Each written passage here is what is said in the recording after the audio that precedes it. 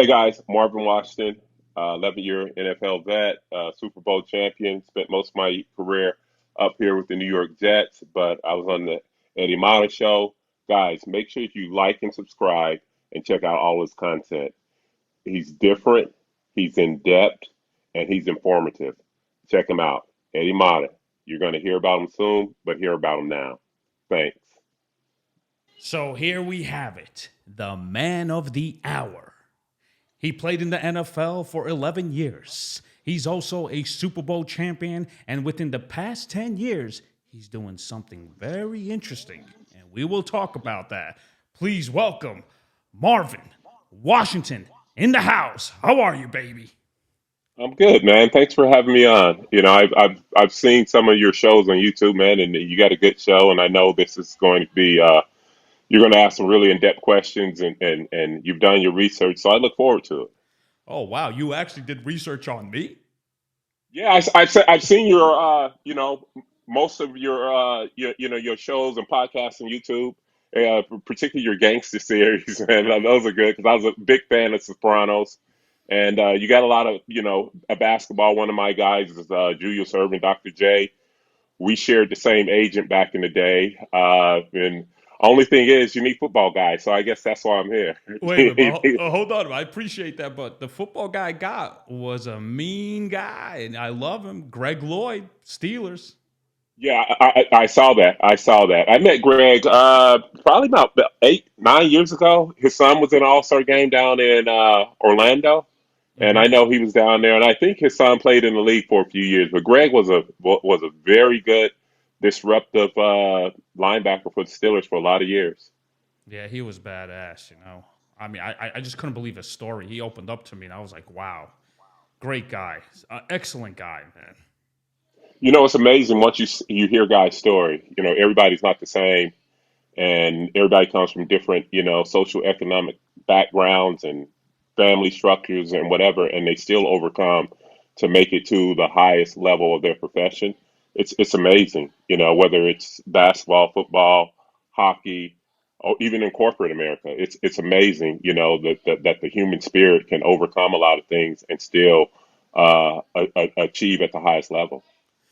It's interesting you say that, Marvin, because I feel like I'm an actor. I went to the conservatory, and I'm gonna be in your shoes right now. Okay, let me ask you this: when you were like 14, entering your freshman year in high school, how tall were you? Uh, Probably 6'4", yes, I was about 6'4". So you were Uh-huh. 6'4", and how much was your weight? Probably 190, 195. I was, my sister says I went into the my bedroom one summer. I went to sleep and I came out like 6'3", 6'4", because I had a growth spurt from like the sixth grade to the eighth grade. And, it was something. It took a while to get used to, but once I get used to it, then I tried to use it, because at that height and what have you, and I was a pretty good athlete, all my life. I wanted to use it, and I think I did. I think So I used everything the Creator gave me. yeah, but did you play high school football too, or was just basketball? No, I played basketball all 4 years, and now the thing is like everybody plays freshman basketball in Texas. But when I was there, I was like the only kid in the state that was a freshman on varsity basketball. I went from the eighth grade. There was no AAU summer programs. There was no BBC summer programs where you play. I just played at the local rec centers, with some of the older guys and what have you. And I was lucky enough to play to play on varsity. Had a tough coach, but he put me on varsity for 4 years. Wow. Now your high school wasn't known for basketball players because I see like 11 guys made it to the NFL from your high school. Justin Uh, F. Kimball High School, is that where you went to in yeah, Texas? Justin F. Kimball in Dallas. I tell you something about my high school. When I went to my high school, my freshman year, it was probably 70-30, majority to minority. Hmm. Our famous alumni, Stevie Ray Vaughan, whose house he grew up is less than a half a mile from the house I grew up in. And That's the guitar we player, were, right? yeah, yeah, Yeah. legendary guitar, Pride Big and flag. Joy. Yeah, That, yeah. that's Six that's Grammy that's Dallas, Awards. Texas. Yeah, and it really wasn't known for athletics until we started coming in. We had some guys went to Oklahoma State, went to Big Eight schools at the time, and then we started like in the mid '80s. It really started to come on. And I don't even know if I'm counted as a football player at my high school, but I played basketball, man. I was a hooper. But we have some good football players coming out of there, and we still got Tyshawn Gibson for the 49ers that's in the league. But a lot of the talent that was in my area of town, it moved south to the suburbs where I raised my kids. And it's called Duncanville and DeSoto, which are two top five high school teams in the country right now. But when you look at some of the last names, they echo back into our area of town because that's where it all started. But everybody moved south, got the bigger homes, one high school town, one high school football team, whatever, and it's all there from all these different high schools from where I grew up at. So you actually played against Larry Johnson. Was he in your conference or your division in high school? We played against each other. He wasn't in my district, but Larry was a freshman and I was a senior. And Larry was reminded me of myself.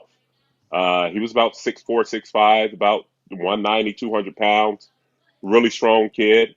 And yeah, man, that was Larry was our first national guy, man, because I remember being in college and Larry was getting invitation to play in the on the national team, 19 and under, and what have you, McDonald's All American.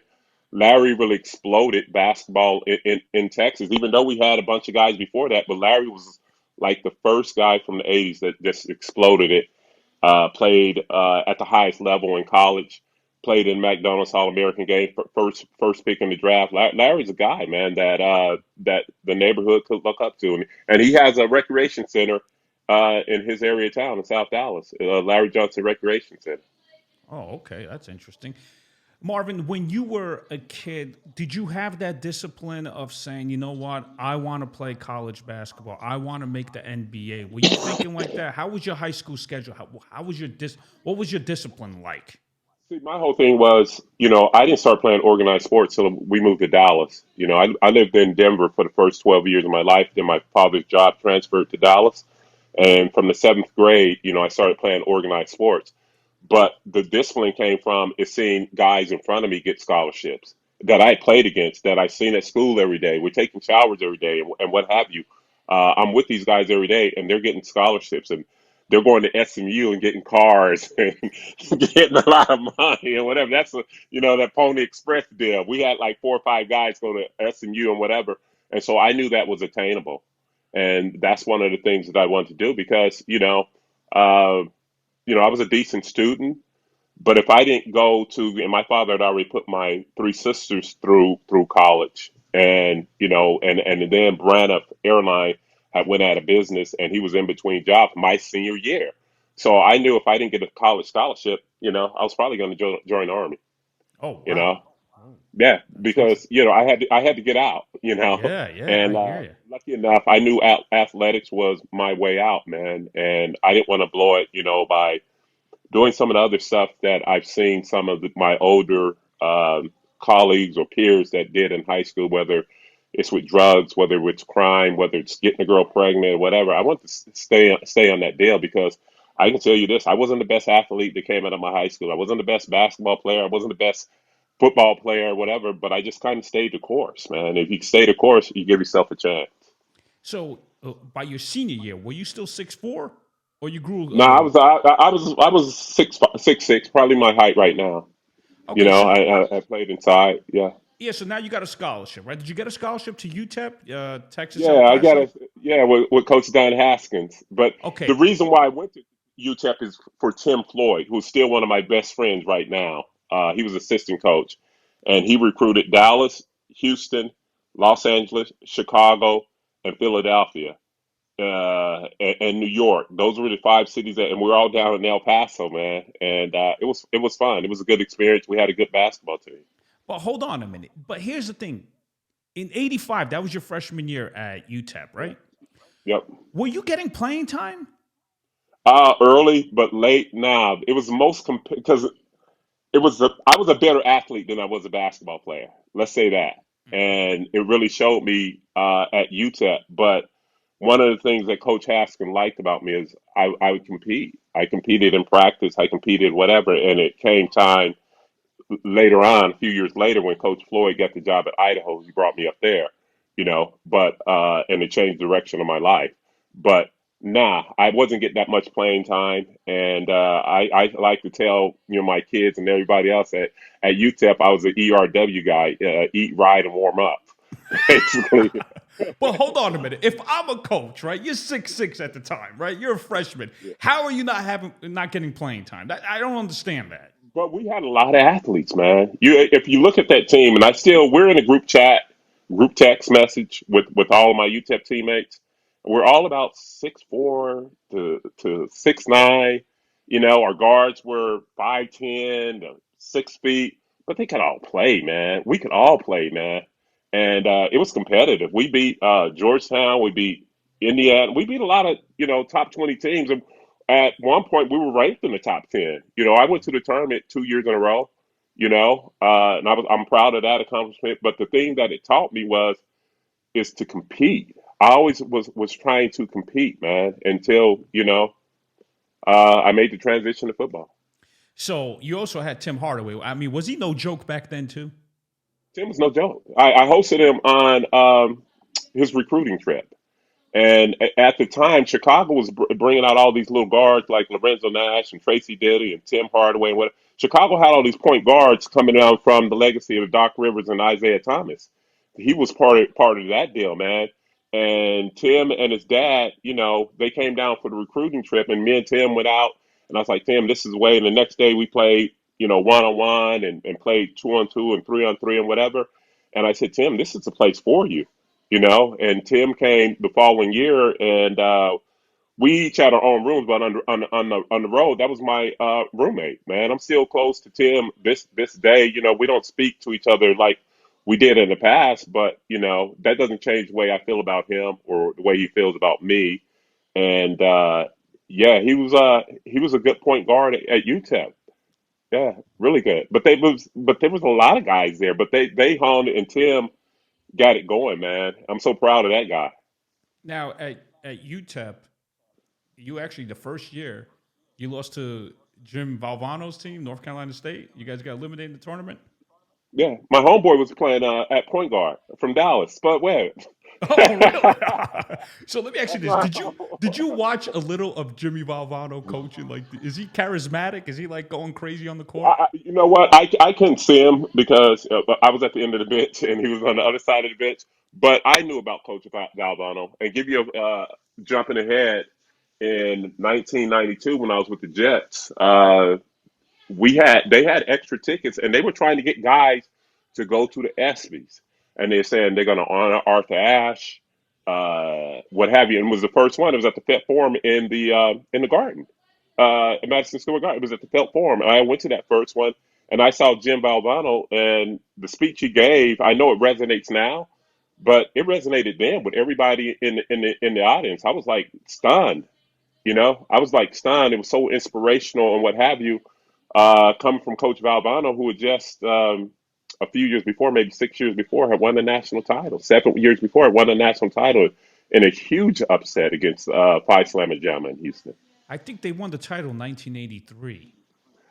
And so my high school, we played in Waco, Texas, and we're standing like at a Motel 8, and on the other side of the hotel was Phi Slamma Jamma that same year. So I went over there and I met Clyde Drexler, Michael Young, Akeem, Benny Anders. I met that whole team. We hung out, you know, like 4 or 5 hours until it was our curfew, and they went and beat Baylor, and we lost in triple overtime. Trying to go to state, but I was I followed that team, man, and I just wish they had a shot clock back then or something. Right, exactly. They were melting that clock like it was But you know nothing. what? If Houston could have shot free throws, they would have won that game. But they weren't that. They missed some free throws down the clutch. But it was great for college basketball for North Carolina State to win that. Okay, so now what happened after 2 years? You transferred to a junior college? To get my grades up.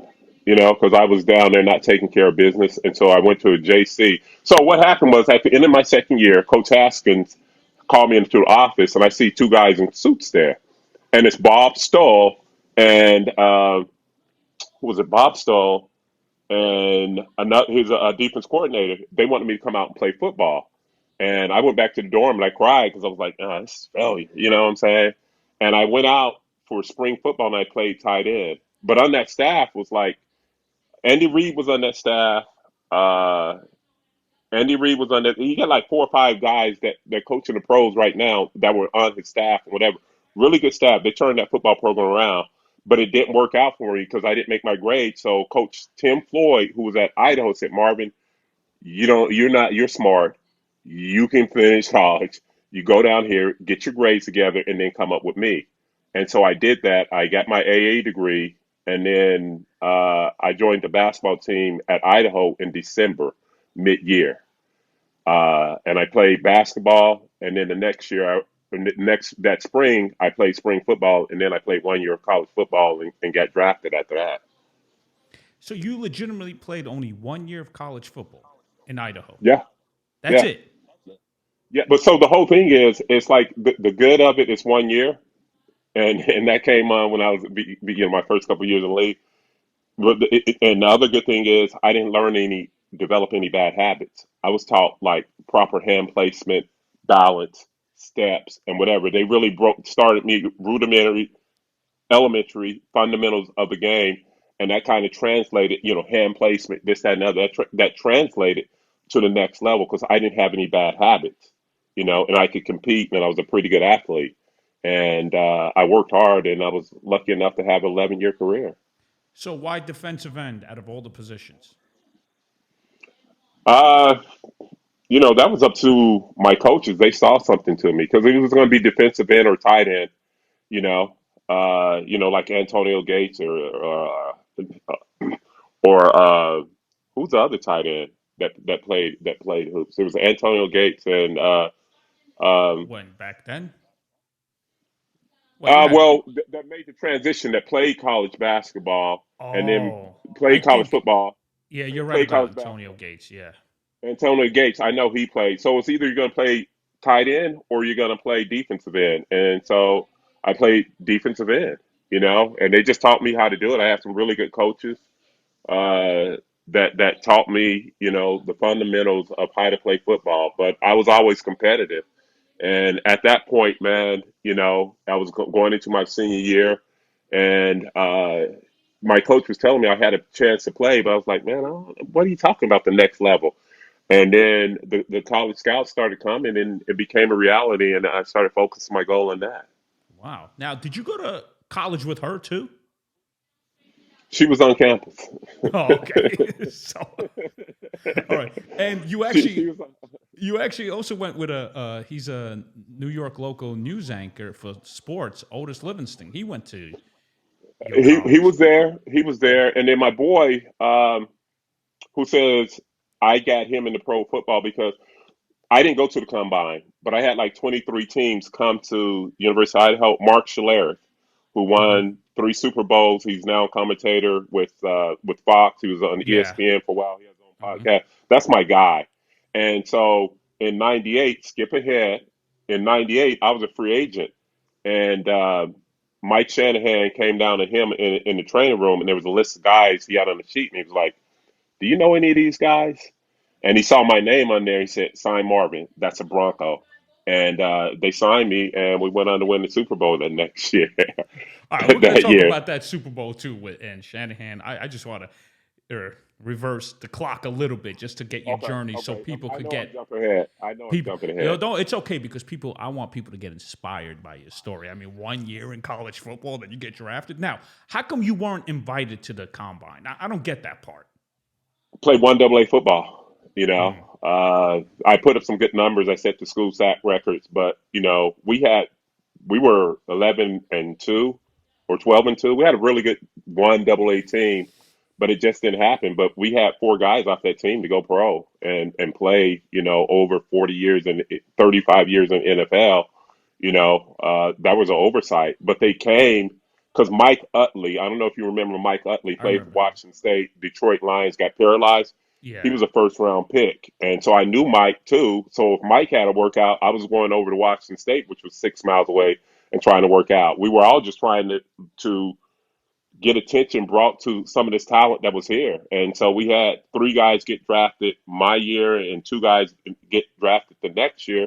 We had some talent, and it was kind of fun because instead of going to the combine, I was taking team visits. And I took like 18 visits. I met Buddy Ryan, I met Mike Ditka. The Jets had us. The Jets had their own combine where they put us out at the Marriott Marquis downtown. My first time in New York, that was fun. I had some good experiences, as my introduction to pro football came about. So where were you when you got drafted? Were you like, were you in your living room with your family waiting for that phone call and you're Nah, like, oh, come on, baby? I was at home, and so everybody was saying I was going to go through 4 through 6. And really ran well for the Dallas Cowboys and what have you. And I thought they were going to get me, but they got my boy from UTEP, Tony Tober, which I understand. We were very similar in size and whatever. And the draft had ran over, and I was in Idaho, so I'm 3 hours behind. The draft had ran over, and they only did 5 rounds that next day. So the next day they were starting up at 9 a.m. Eastern, and it was 6 a.m. my time, Mhm. and I was asleep. My roommate woke me up like at 6:45. Said, "Yo, bro, the Jets are on the phone," and I'm like, I was asleep, man. I had picked it up, and it's like, "Hey, so Walton, we got you as the New York Jets." Oh, cool. He's like, "You don't sound too happy." I said, "Coach, I'm just waking up." And that was a fun experience, and until I looked at they had drafted three defensive ends in front of me, but it is what it is. They were trying to replace Mark Gastineau, so they had drafted Dennis Byrd and Ron Stallworth and Jeff Lageman, ahead of me, but it worked out. Well, it definitely worked out. And why number 97? Was there a meaning with this That's uniform number, or was it just available? It was just available.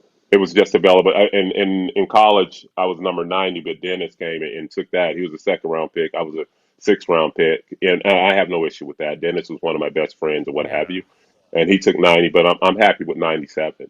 I was happy with 97. And remember, your draft class, it was no joke. Man, you had five Hall of Famers. You had Barry Sanders, Deion Sanders, Derek Thomas, Troy Aikman, and I think Steve. Oh, it was top, and Steve Atwater, Yeah, yeah. who I went to play with, man, and I watched that first round. The thing that stands out with me was Lewis Oliver was slipping, slipping, slipping, slipping, slipping, and he left. He was on camera. He went upstairs. He still got drafted in the first round, I think 27, 26 by Miami, but he was upset at Steve Atwater, and it came to fruition that Steve was a better player than him. And But then your, it was a good draft. yeah, it was a great draft. And then in the sixth round, you were actually the 12th pick, and then Rodney Peete was the second pick in the sixth round. Yeah, 6th round, you got some gems out of there. And a fifth rounder for the Jets was Tony Martin, who went on to become like a Pro Bowl player and an All Star receiver for the Atlanta Falcons, who I played against in the Super Bowl. He was our fifth round pick, and he didn't even make the team that year. And at the time, they didn't have practice squad and whatever. He didn't make the team. We cut him, but he went on to have like 11, 12-year career in the NFL. So it's funny. Well, Yeah, Greg Lloyd was a sixth rounder. Tom Tom Brady. Brady, seventh rounder. You got Shannon Sharp, seventh rounder, Hall of Fame. Oh, So you know what? I always tell guys this: outside of the first round, which is a crapshoot, it's 50-50. In the second round, it's whatever it is. But after the third round, it doesn't matter, because the thing is, you're going to get the opportunity just as much as the first rounder, just not as much.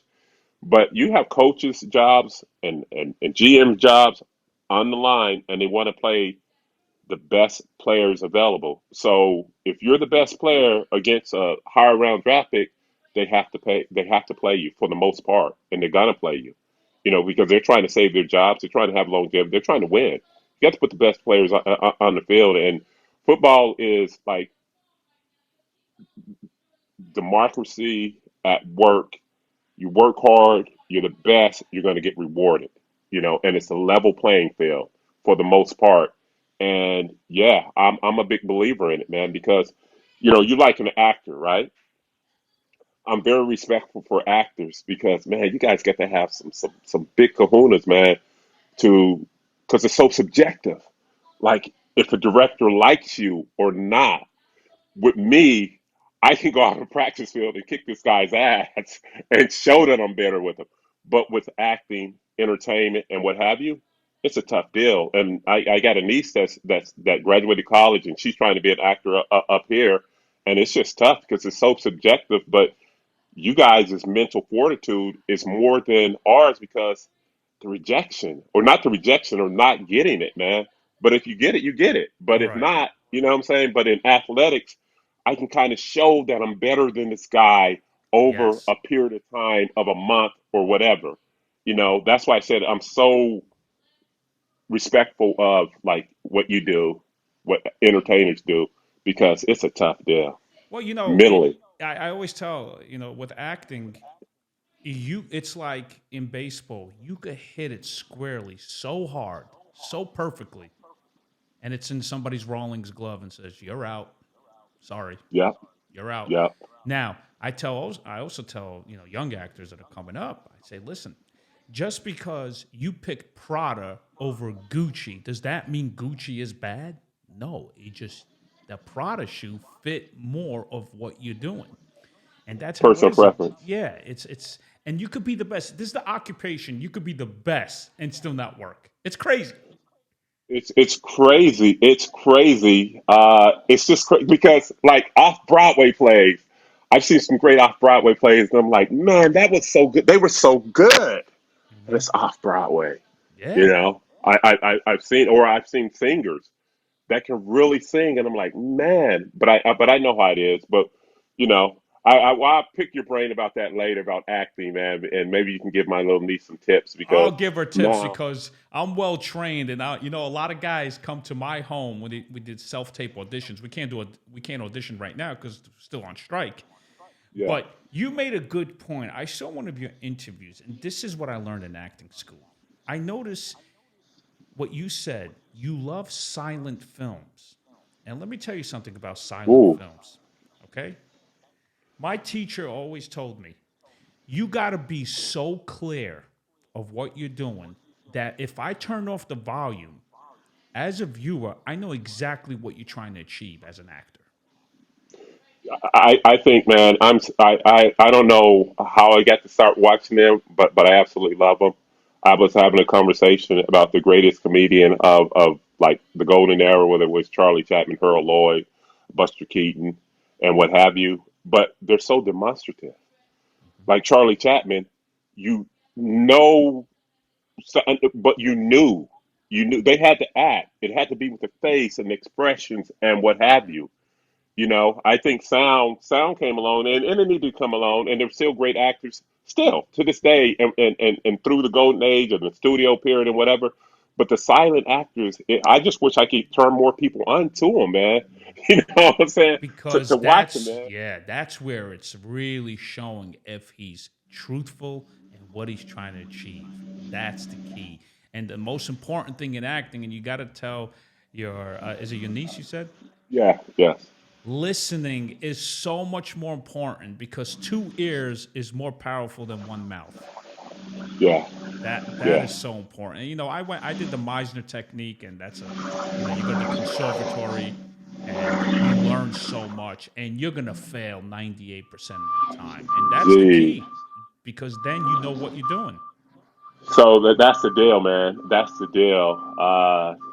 And it's just like with her right now, she's getting close to 30. It's just like, when do you give up on your dreams? But I know there's actors that made it in their 30s and their Hmm. 40s and what have you, but she'll figure it out. Right now with the strike and whatever, she has a regular job and just got to figure it out, man. You're Just got gonna to have figure to it get out. a regular job. When I was in LA living auditioning, I was a batting instructor. That was my specialty. So I'll Oh, have were you?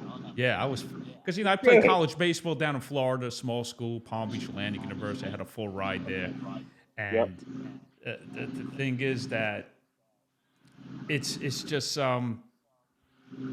you got to have that mentality. play to win, not just in sports but in life. And that's what I Yes. learned as an actor. Yeah. And Yes. and the great and you know what's crazy? The A lot of acting teachers love former athletes that go to their school or take classes because they have that mentality. Hey, you gotta you gotta work on your craft, man. Otherwise, you ain't shit. You have to work on your craft, you Mm-hmm. know. And one of the things with me, Eddie, is like I get up, man, and I look back on my career, and I played a long time. I had some success. I wish I would have worked harder. See? That's the biggest regret that I wish I would have worked hard, and I worked hard. I never came in out of shape. I was always at my workouts, never missed a workout. I did extra. I just wish I would have like done it more because it's such a short period of time, and what else was I doing? Yeah. But you have to dedicate it to your craft, whether and after sports, it kind of like disciplines you to get up early, to keep going, to keep planting that seed, watering that plant, And just even grow. when yeah, you got to keep planting it. You got to keep planting it, man. And that's the biggest thing with life is like, the biggest lesson I tell my sons and tell my kids: if you get knocked down, get back up. If you get knocked down again, you got to get back up. You get knocked down. If you get knocked down 9 times, get back up the 10th time. Right. Because you're still in the game, you're still in the Hmm. fight. That's the But whole thing. You got to persevere. yeah, you know what's crazy? You know what's crazy, Marvin, is that I always the four words I never want to say should have, could have. And I'll tell you why. My great friend, my next door neighbor, man, may he rest in peace. It was Chadwick Boseman, the Black Panther actor. Oh, Yeah. what? Yeah, he was my next door neighbor in LA. And before he got the part 42, we would hang out every day. We would talk about the art. We would audition. We'd be like, hey, what do you think of this choice? Hey, what do you think of that choice? Because he woke me up one morning, in the backyard, and he knocks on my window, and he's like, yo, Eddie, get your glove out. I'm like, glove? It's beautiful in LA. Why would we wear gloves for? He goes, no, man, your baseball glove. I'm like, baseball glove? I'm like, Chadwick, you suck in baseball. That's my point. I need your help, my man. I got great news to tell you. I'm like, all right. I come outside with the glove. What's up? Hey, man, I'm playing Jackie Robinson. I'm like, what? He's like, That's I incredible. said, you're full of shit. He goes, read the email. And I was like, wow. He's like, all right. So you remember, Chadwick, from an actor's point of view, everybody hates you. So you got to learn how to dodge balls coming at your head. 'Cause you're the first black man that's going to play baseball in the major leagues. And oh boy, they were racist back then. Bad. Yeah. It was Yeah. bad. So you got to dodge that ball like an athlete. Okay. You also have to dodge people spiking you on the Yeah. field. Yeah. And when I showed him all that, he's like, yo, man, this is going to be great, man. He gets a consultation with big leaguers before training, right? He's got, MLB consultants on Yeah. set. Like, yo, man, you're a natural athlete, man, right? He's like, yeah, yeah. I was like, did you give me any credit? He's like, nah, man, I had to look good, man. I was like, oh, thanks. But you know what's crazy? It's because of him. And when I said should have, could have, those four words I don't like. When he did James Brown, and Hmm. Marvin, I looked at myself in the mirror and I said to myself, Eddie, can you literally sing, dance, play drunk, and what else? And have a southern accent all at the same time? I said, I can't do that. So I told him, I want to be like you, man. I want to be transformable. I don't want to be Eddie Eddie all the time. He goes, you know Yeah. what? You should go to the Conservatory Acting School in New York City or London. Don't train in LA. I'm like, what? He goes, yes. You want to be transformable? That's what it takes. I was like, I got my place there. I was like, all right, I'll Airbnb it. He's like, I'll look out for it, or my assistant will look out for it. Don't worry about it. I got you. Just go to school. At Wow. 40 years old, Marvin, I gave up everything and I made great money out there with commercials and voiceovers. Yeah. I gave up 2 years of my life. Now remember, I'm 40. I'm at the Conservatory Acting School in the city with kids that are 21, 22. And I'm like, oh my God, what am I doing here? But in my mind, they said, Eddie, you have one mission. Learn as much as you can and then finish it, man. And a lot of people quit, Marvin. They can't take the criticism, constructive criticism. They can't take, the rehearsing part. Like, for instance, in my school, if you don't rehearse twice a week, they kick you out. They're like, yo, you're wasting our time. This ain't no joke. That's not a lot. That's not a lot. Twice a week. That's not No, a no, lot. no, but that's rehearsing twice a week, right? But I'm just saying, also, Yeah. you have full time school. For instance, you have acting, then you have, Oh, yeah, yeah, you yeah, have voice and yeah. speech, you have physicality, movement, you got all that shit, man.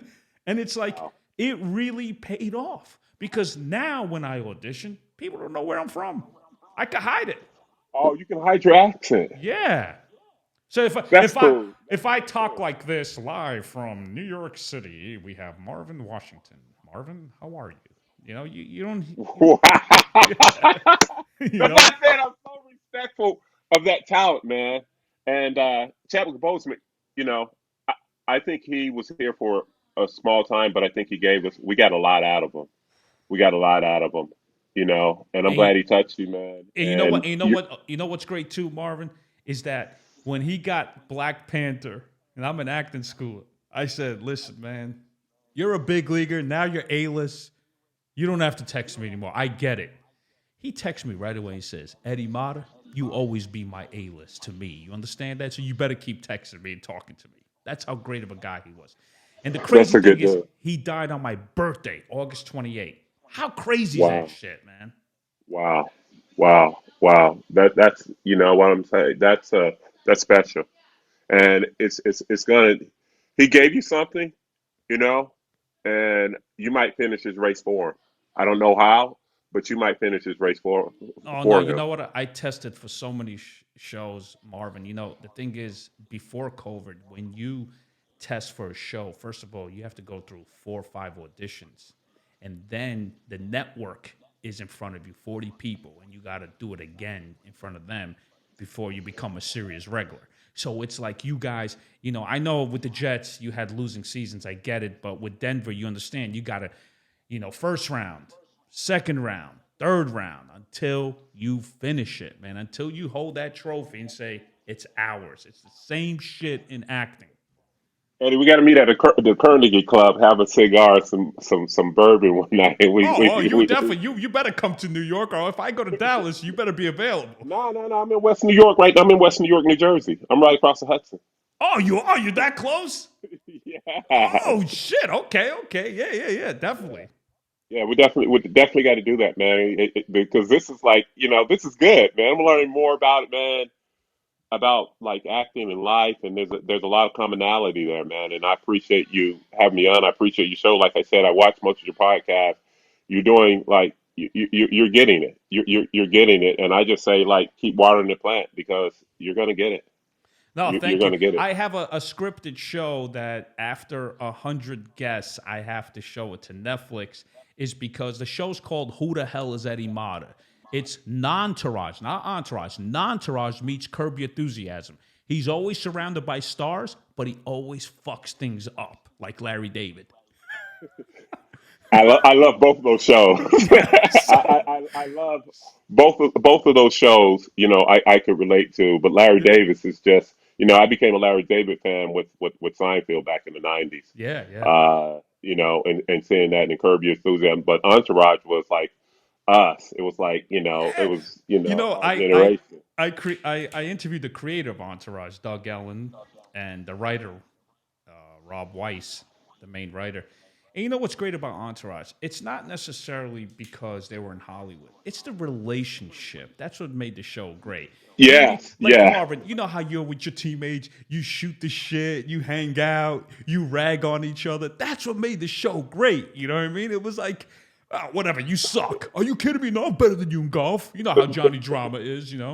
but it's a camaraderie just like you have in the locker room. Right, But then you say exactly. Entourage is. It reminds me of that George Burns movie. Who his nephew comes and tries to get them back together, but he always fucked it. He's fucked it up throughout his whole life. I think it was him and Walter Matthau.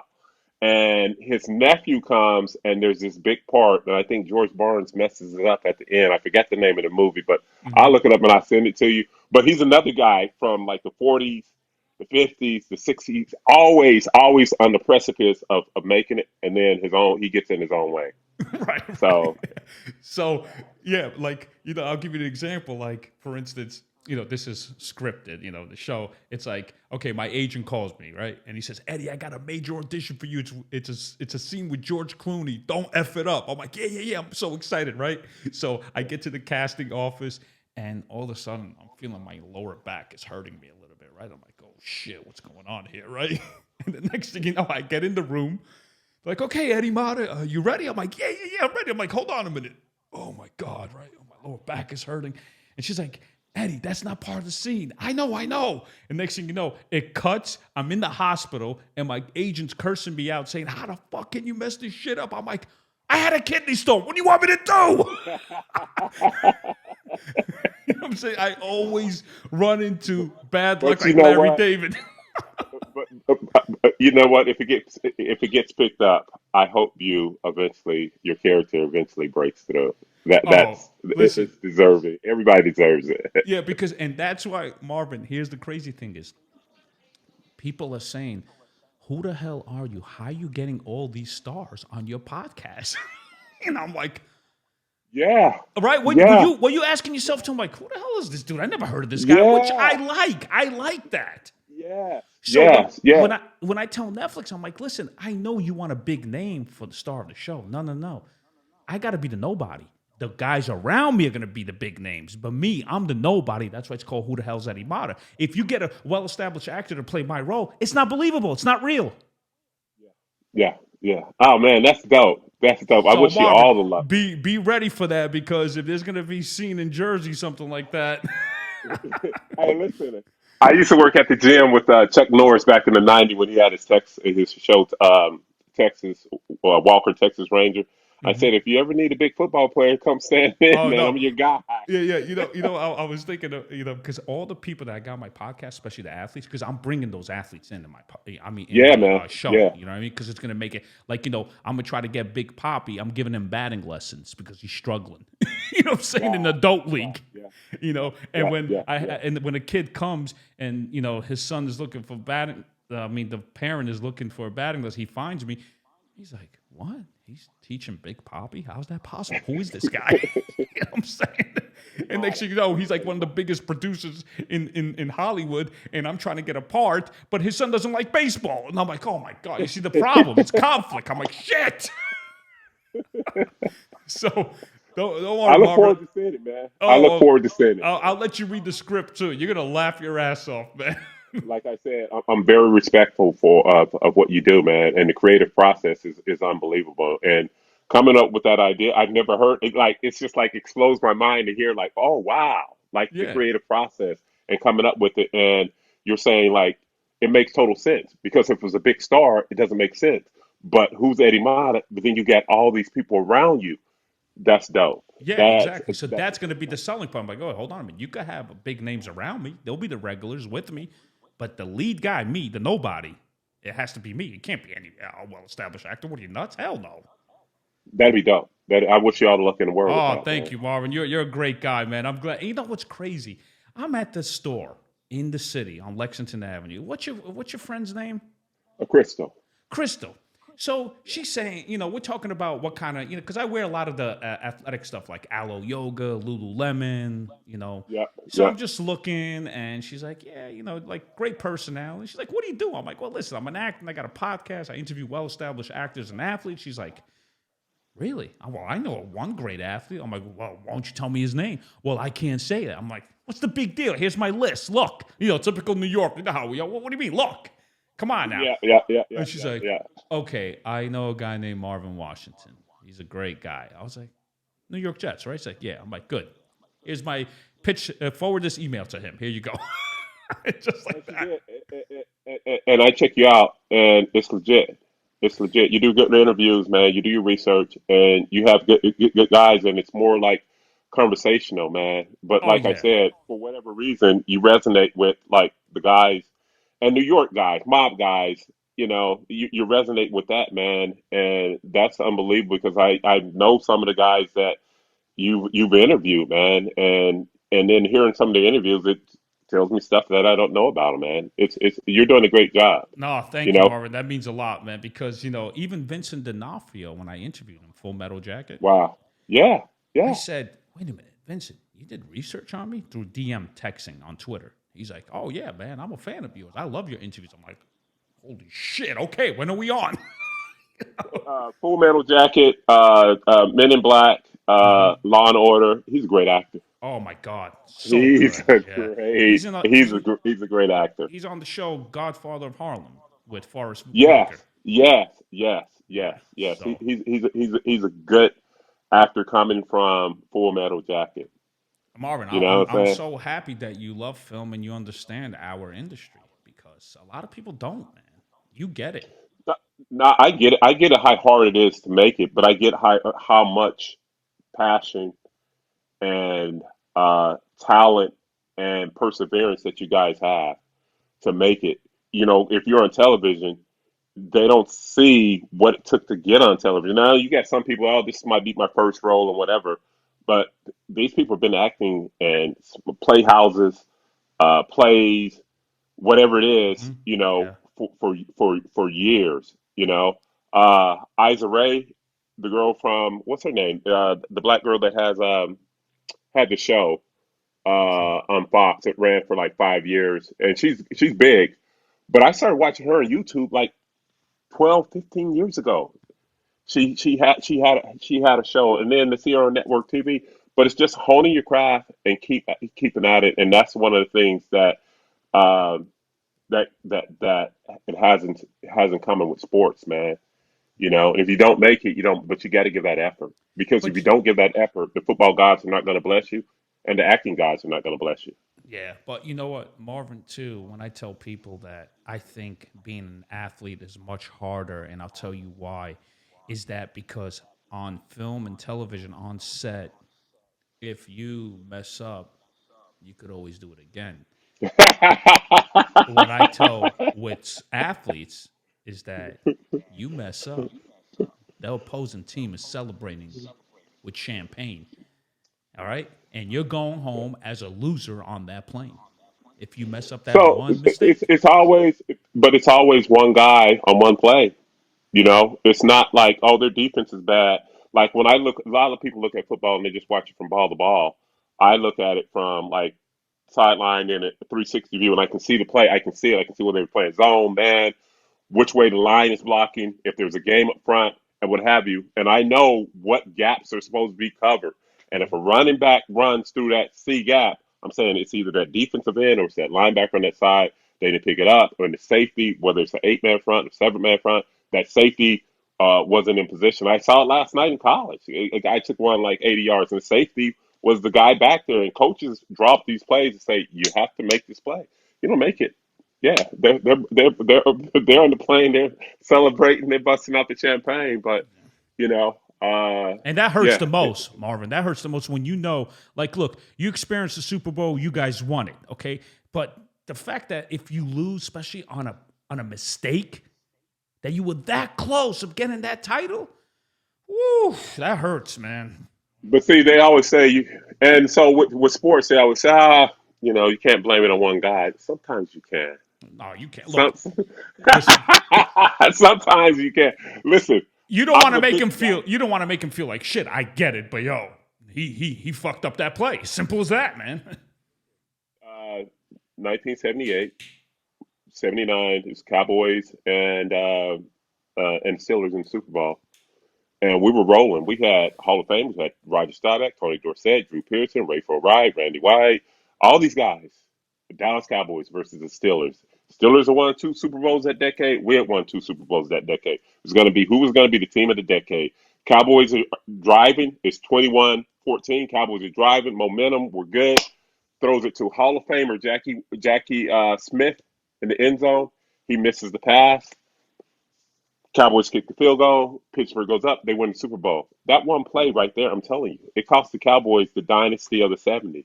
That one play. But I've seen it before. No matter what, no matter the sport. Bill Buckner. I'm sitting up in Dallas watching the World Series, and I'm pulling for the Mets because Strawberries, Gooden. These are I can relate to them. Strawberries from L.A. and Gooden and whatever. I can relate to them.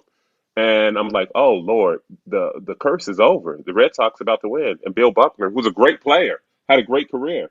Unfortunately, he was hurt. didn't have no mobility. Ball went through his legs. It's one guy, one play. Yeah, and it sucks because he's known for that. He's But he got had a over. great career. He had a great. He He was had a over. great I baseball think he player. had 2,700 hits, which is really hard to do. Yes. He was a legitimate 290 hitter, and I just can't. And Yeah. just that one play, he's known for that, and it sucks, man. Trust me, I feel for the Yeah. person. Jackie Smith's in the Hall of Fame. Hall of Fame tight end. But in Dallas, he's known for bring up his name. Right, exactly. So here we go. So now we go back to the Jets, right? Now, your Yeah. first 2 years, you didn't start, right? But now I'm Uh-uh. thinking, this is what I'm thinking. If you're not a starter, I think you have to practice like it's a game because you got to impress the coaches and say, "Hey, I belong here. I can hang at this level, and I could definitely hang being a starter." Is that what you were doing the first 2 years? You're like, I got to prove it. The first 2 years, yeah, I had to prove it. And so the difference today, man, is we were in full pads 3 days a week. We were in full pads the whole training camp. So a guy like me, I could thump. I could thump. And that's the thing. I think to show my physicality and to thump and stand out a few plays, that's what made me make the team. I don't know if I would have made it today because they're in practice like once a week, in full pads once a week. How do you stand out when everything's stud and a fit? Back then you can go full speed in practice and whatever and make it. And I was volunteer. I played special teams or what have you, because it was one man up and the guy in front of me was coming out my same draft class. And so whatever he would do, I would try to do better. And I was always competing against him. We were running sprints. I was trying to finish in front of him and whatever. And yeah, by my third year, I kind of the game slowed down, and I kind of figured it out, and Isn't and, it? and had a long career. Isn't it a great feeling when you just get that outbreak when the game slows down? You're like, oh hell yeah! Now you're not panicking. You're not worried. You know the playbook, and it's like bam. But that takes a lot of work during the week, man. It takes a lot of work, repetition, studying, knowing what the play is, knowing what the play is probably going to be. And then I tell people, like, if you're a rookie, the faster you're able to process the play and to let your body go on automatic, the better football player you're going to be. And some guys it happens in right away. Some guys it happens in the first year. Some guys it happens in the second year. If it don't happen in the third year, you're not going to be around. And that's one of the struggles that the Jets' current quarterback has happened. He's not processing the speed of the game. He's holding on to the ball enough. He's not seeing it, man. And I thought like when he had that comeback victory a couple weeks ago, I thought the game was going to finally slow down for him. I know what he's going through. He's not processing it at the pro level. The good quarterbacks, it's damn near in slow motion. They can see it. The good football players, the professional football players that play 8, 9 years, the game is slowed down in here, but in here outside, it's fast. But you got to be able to react. If tackle goes down, guard comes around, you go around. You're supposed to go around, come underneath this guy. It's automatic. It's second nature. If it's not second nature and you're thinking about it, Yeah, that's one. Yeah, that's time. And in football, it's milliseconds. And in sports, it's milliseconds. yeah. No, You no, know, so you're absolutely right about that. Yeah. whether it's in the NBA, Tim Hardaway comes in. He's been playing. I'm not with the Malcolm Gladwell 10,000 hours, but Tim's been playing, crossing over and whatever. You see it, and then boom, it is what it is. That's the difference between a guy who makes and a guy who doesn't figure out. Not that he doesn't have the talent, because you got drafted. You excelled in college. You have the talent. It's not physical. It's mental. Yeah. It's mental, particularly with quarterbacks. But with the quarterbacks, like for instance, they have to have the aha moment. Like Trevor Lawrence got the aha moment last year, second half of the season. He figured out. And by the way, Marvin, that's my sleeper. I think they're gonna go to the Super Bowl in the AFC. That's my gut. You know what? They and nobody's paying attention to them, but they're coming off their bye. They've won 3 in a row, 4 in a row, like they did last year. They're starting to roll, and it started happening in London against Buffalo a few weeks ago. They got talent. They got talent. At quarterback, running back, receiver. So they got a big three right there, and their defense is very good. Nobody's counting on or looking at Jacksonville, but Is Kansas City like world beater? Who's the world beater? Who's the world beater? Cleveland, Pittsburgh, Buffalo. They've already beat them. They're going to be something to behold. I'm telling you, man, that's my sleeper. You'll see, Marvin. You're going to That's make me go to fan. You're going to make me go to FanDuel and put the futures on. oh yeah. I can say that. I'm in New Jersey. It's a legal state. No, are you kidding me? Of course it's legal. What? You're out of the league, so you can do whatever you want, my man. I'm Yeah, yeah, yeah, sure yeah, yeah. a lot of former FanDuel is NFL like guys. FanDuel's 10 minutes away. Right, exactly. You actually, you know what, Marvin? I have a great place. We'll go on the Sunday to near the Meadowlands, right? They have that casino Yeah, at the sports book. It will chill yeah, there and shoot the shit too. yeah. But that's a great pick.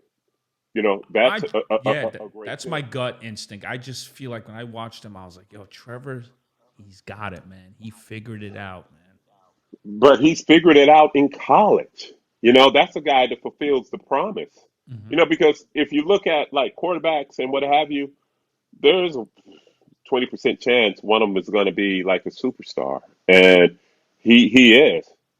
But you look at some of the guys that have been drafted around here real early in the second pick in the draft hasn't worked out. But you look at the history of like quarterbacks being drafted the last 20 years, the owners don't have enough patience. If I was an owner and I drafted a guy in the top five, top 10, he's sitting a minimum of 1 year. He's sitting a minimum of 1 year so he can learn how to be a professional football player. He can study and what have you. To throw him out there uh, from coming from college where they don't even play the pro game and get them under center and to throw him out there with that speed, it's like it's like throwing a baby in the middle of the highway and telling him to Yeah, dodge the car. Yeah. yeah. That's a good analogy. I like that. I'm gonna rob that off you, but I'm gonna say according to Marvin Washington. How's that? No, you can have it, but it's just like you're throwing these kids out there and they're not ready. That's where the thing that I have an issue with. And it's not the kid's place. Oh, he's a bust or whatever. It's not his. It's not his fault where he got drafted at, you know. But you don't have enough time to develop these kids because the pressure on you is to win. But think about it on the long place. Put them behind a veteran quarterback like Cincinnati did with John Kitna and Carlson Palmer. Mm-hmm. Carlson set his whole year, didn't play. John Kitna led them to a playoffs or whatever, and then Carlson took over, and they had a very competitive team there for 4 or 5 years with Carlson Palmer because he was able to sit. Right. Yeah. But my question is, Marvin, me as an owner, let's say if I'm an owner of a franchise, and tell me if you agree with this.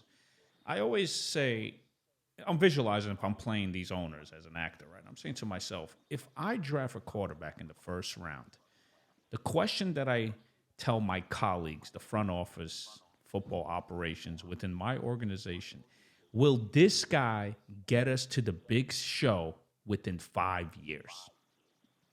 Do they ask I themselves like that? they have to. Right? I mean, If that's what you're I'm if you're thinking. if you're drafting a guy in the top 10, in the top five, he has to be a championship player that can play and start and contribute big time on a championship team.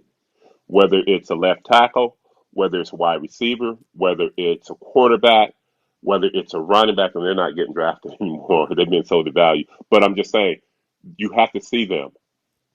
So when you look at quarterbacks, ah man, and last Sunday was like horrible for quarterbacks. There was so much bad Yeah. quarterbacking last Sunday, man. But it's a hard position. But they ruin a lot of guys. They ruin a lot of guys, man. But how many guys can really process it and whatever? And there's about 10 of them. Yeah. Yeah. There's about 10 of them. But how many guys can you win a championship with? Trevor Lawrence is a guy that's won in college, won in high school, and he's figured it out. He got thrown to the Lions, whatever, but he's a quarterback. He's a gamer. He figured it out. He's a gamer. He's on right now. But the question is, you have to have that it fact, and what I mean by the it factor is like Josh Allen has it, right? Mahomes has it. Who's the quarterback? Lamar from the Ravens, right? Right. The kid from I watched with my son with the LSU, Joe Burrow. Joe Burrow had it Oh, in college. I love, but he's got Joe that Burrow, it factor. he has it. He has it, He right? has it. So how do you hit it with it? How do you see the person that has an it factor? in sports or in acting. If you have 100 guys come in and audition for a part, does the one guy really stand out to where everybody goes, "That's the guy," or is it a different opinion? So with a quarterback that or a player that you're drafting, is it the consensus of the room that this is the guy, or is there 60-40-7-30? It has to be 100% because you're going to pay this guy millions of dollars. You got to know that he's a guy, and it's just hard. It's a crapshoot. 50% of the first rounders, they're going to be out the league in 3 years. How is that so? Wow, yeah, How is that so? that's crazy, man. That is, Basketball the same way. yeah, yeah. Baseball, Hmm. 50% of them, 70, they're not even going to make it to AAA Nope. level. Yeah. What happens there? I wish I knew. I mean, it's. I don't even know, Marvin. To be honest, I can't explain that one. Is it fear of failure? Some of them they become expectations are too big for them. They can't handle the pressure. There's a lot of I things. think, I think it's a combination. Sometimes it's a combination of all that. But what's a Sometimes it's a combination. great it factor. When a person has an it factor, when he walks in the room, without him saying a word, you already feel his presence. You already feel his energy. That's the it factor. So it's sort of like I can't tell you, but I know it when I see it. Exactly. Now, I a can't tell guy, you. a famous rapper, gave me that compliment. It was in L.A. We were in Interscope Records party in Beverly Hills, and I was shooting the shit, and this guy comes up to me and he says, "Listen, man, I was telling my girls who has the it factor when a woman walks in and she could sing. I tell them, you have the it factor." I said, "Me?" I was like, "What?" Because I told him, "Look at that guy right there. He has a strong presence. He's communicating with everybody. He's making everybody laugh. That's it right there. You don't have to say a word." And that was the rapper Akon. I was like, "Oh shit, you giving me that love?" So I was But you like, can you can tell the people because no matter their light, it's and their energy, you're drawing to. mm-hmm. You know, yeah, and I could see that. I could definitely see that with "Oh, you. thank you." Yeah, so it's like, I mean, think about it. I found you through going to a Yeah, I know, F. I know, I know, I know.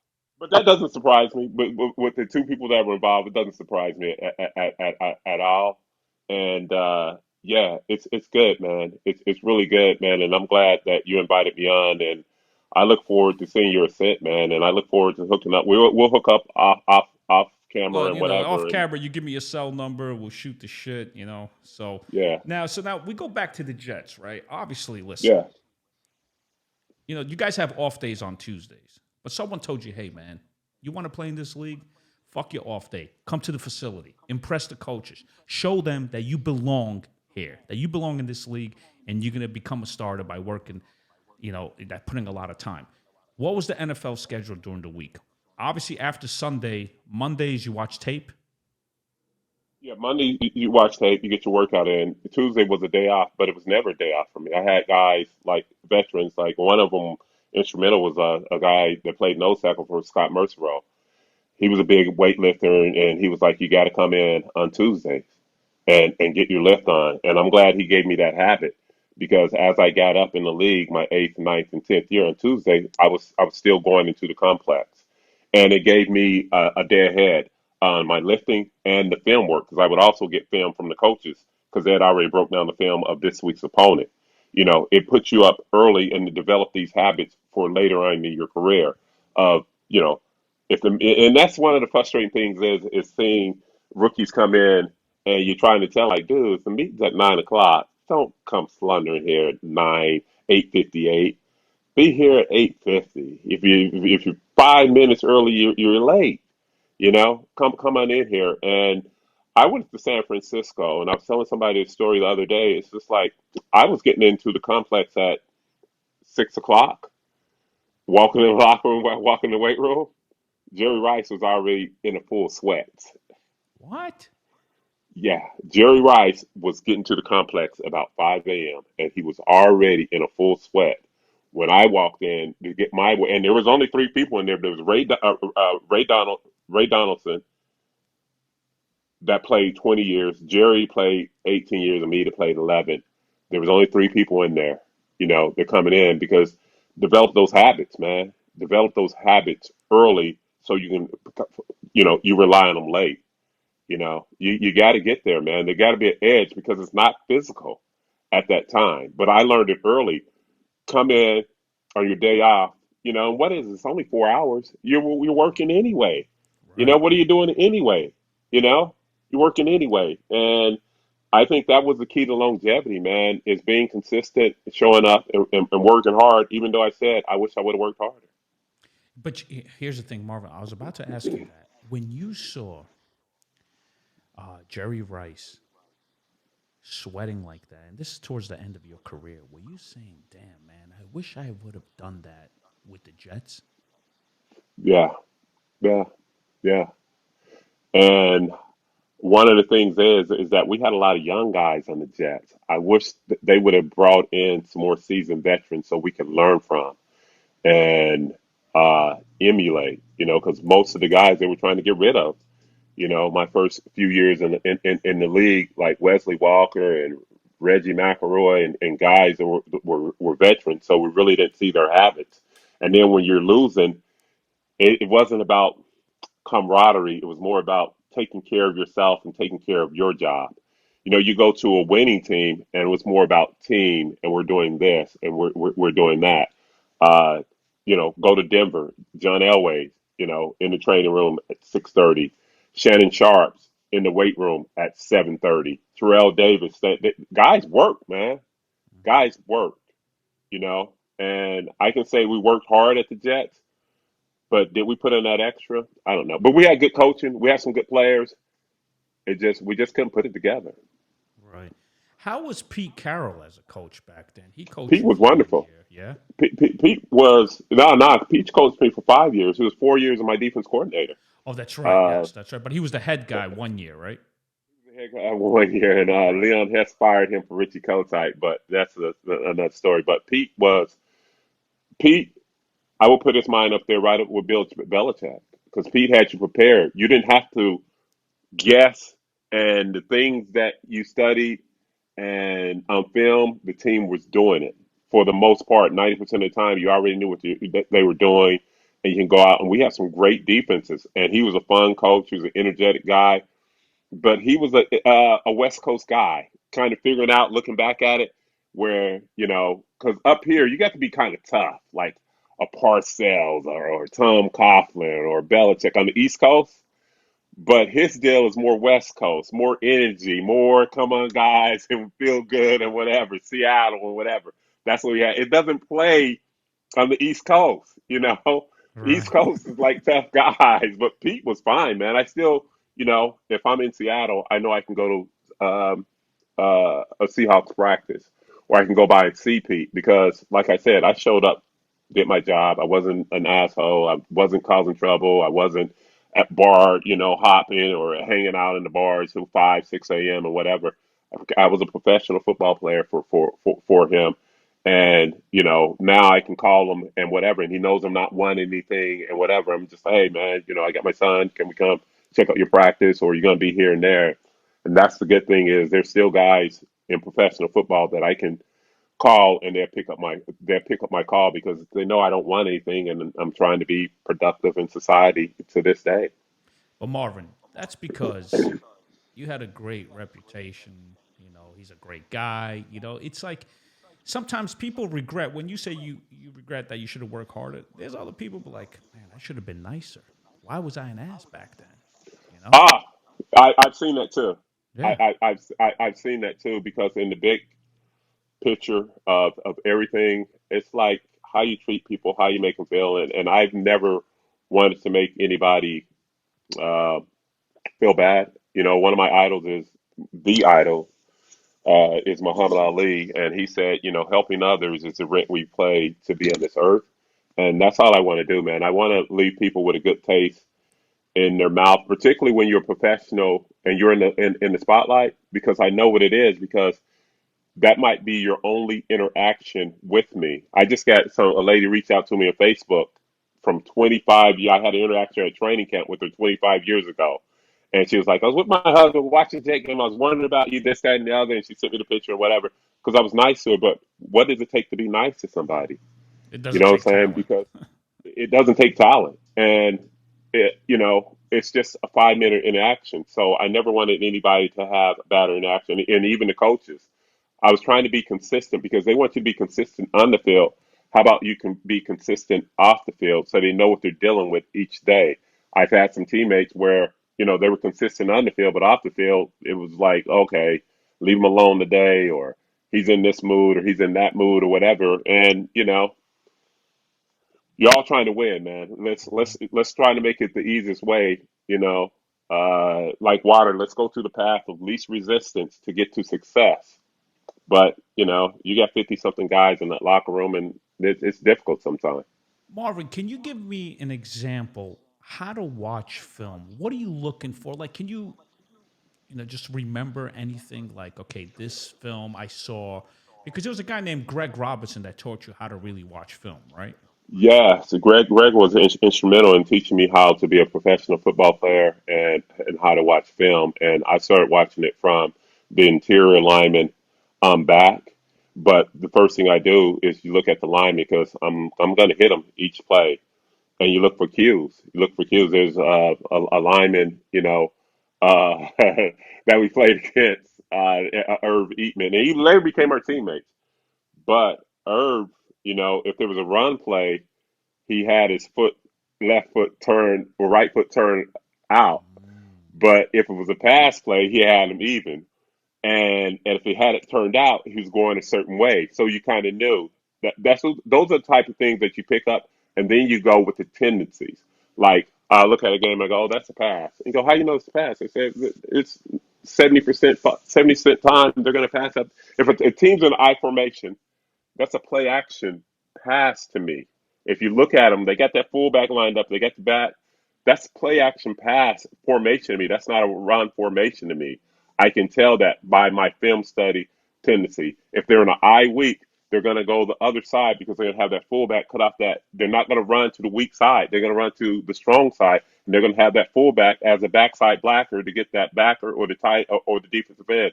That's how I look at it. And then I start looking at it like on a passing play, I go to the offense of how I look at it, go, oh, let's see where the back is. And I go, oh, they're going to slide this way. And then you see the running back goes in or receiver goes in motion. If nobody's moving with them, I said, oh, they're in zone. If somebody's moving with them, they're man cover. And then once the ball hikes, it just explodes and I can see it. I can see it. I can see it. Especially if I'm at the game, I can really see it, see everything. And I can go, oh, he's going to hit him or he should hit him. Or like we just talked about him, Zach Wilson. I see he's not processing it. He's not processing it fast enough. But if you were playing right now, what would you do to Zach? What would you do as far as adjusting? Like, oh, I'm gonna get him. I'm gonna I sack him. would, I would, I would. If I was a defense coordinator, I would disguise my coverages to the last minute, and I would put some pressure up the middle. He doesn't like pressure up the middle, and I would bring in against this line. God bless him. Yeah, yeah. Well, I would say, yeah, let's get after him. But if he's not processing it, disguise your coverages until don't give him any set reads because then it becomes like 7-on-7 for him. But that's what teams are doing. They're just disguising their reads, giving them different looks, giving them different pre-snap looks and whatever, and then they're falling back to something different. And most of the time, he's not able to figure it out. Marvin, when you like when you hit a quarterback, do you want to really hit him hard and put him on the ground like certain certain You defensive want to hit backs? him, but you don't want to hurt him. Right. Okay. That's a professional courtesy. Hmm. You don't want to hurt guys. You want to make them let them know that you've been there. You want to hit them no matter what. I never want to hurt anybody on the field because you're a professional football player just like me. You got a family you have to take care of. This is the way you take care of your family. I don't want you going after my knees or anything like that. And so that's the deal.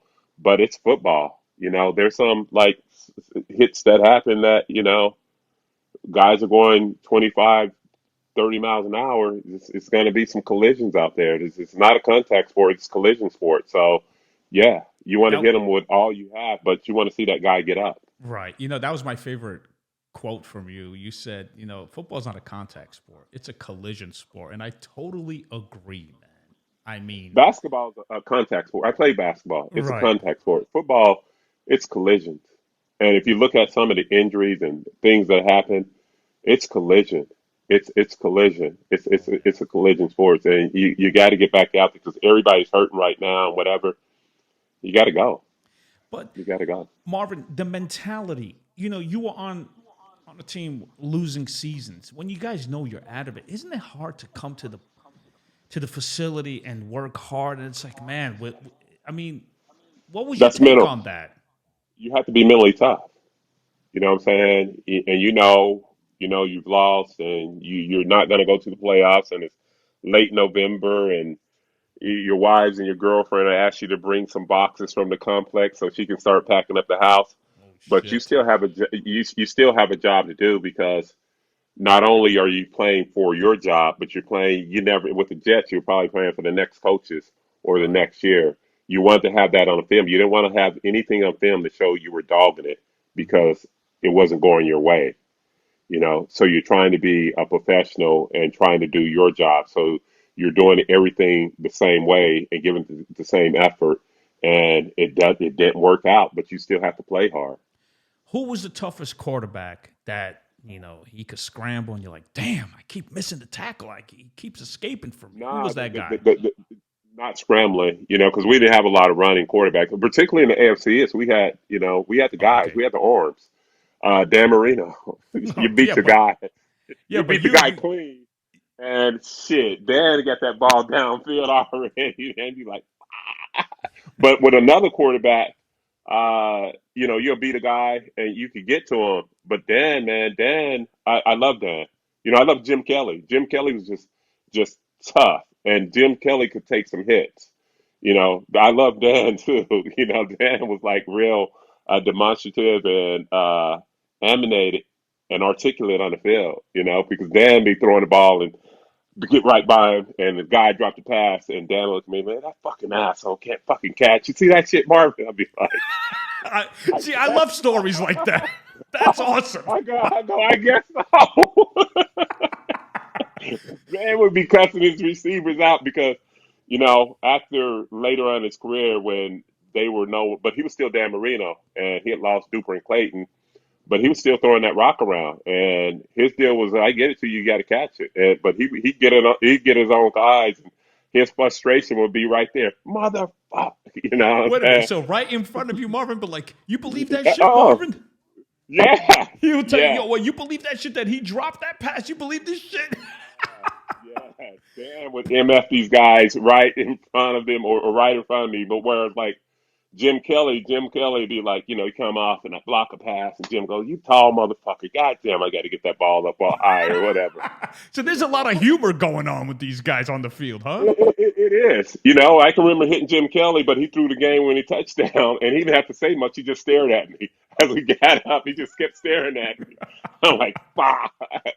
But So guys, man, go ahead. he was just Jim Kelly was tough. Dan was tough, but Dan was like he was the quickness of his release was really good. And I played with like Steve Young, who was really talented. Playing with great quarterbacks, it's something to behold.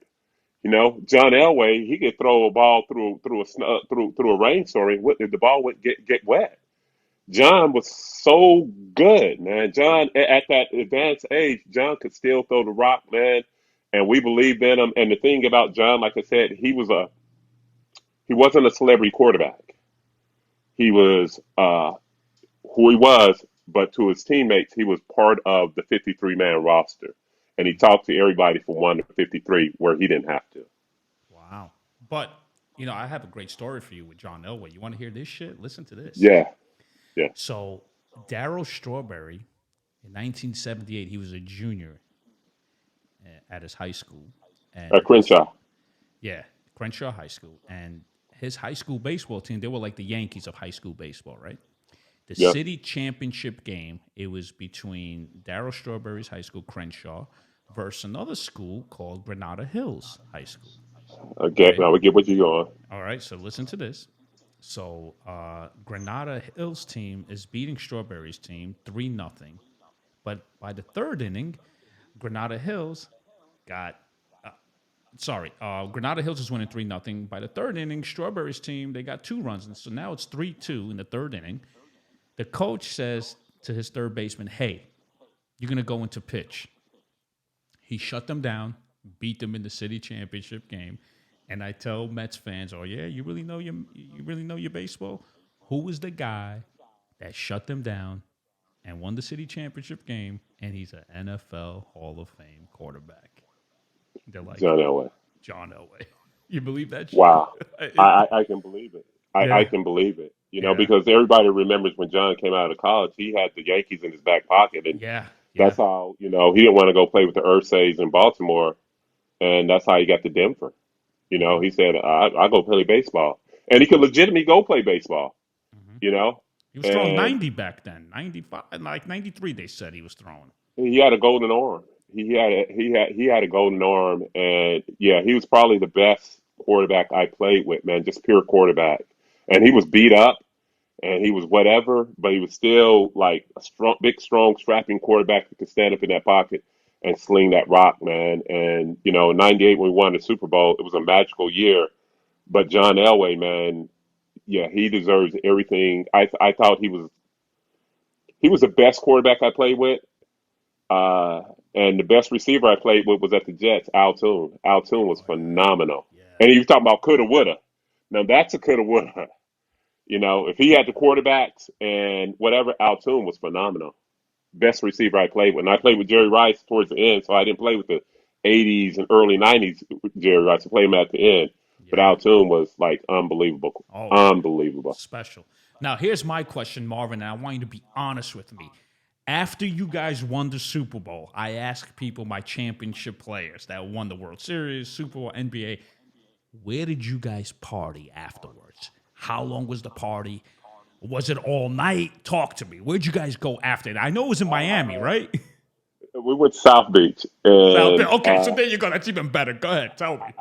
I made it long enough to catch the plane that was leaving at 8 o'clock that next morning. I got back to the hotel just to get my stuff and to get on the plane. Were you It was a fun night.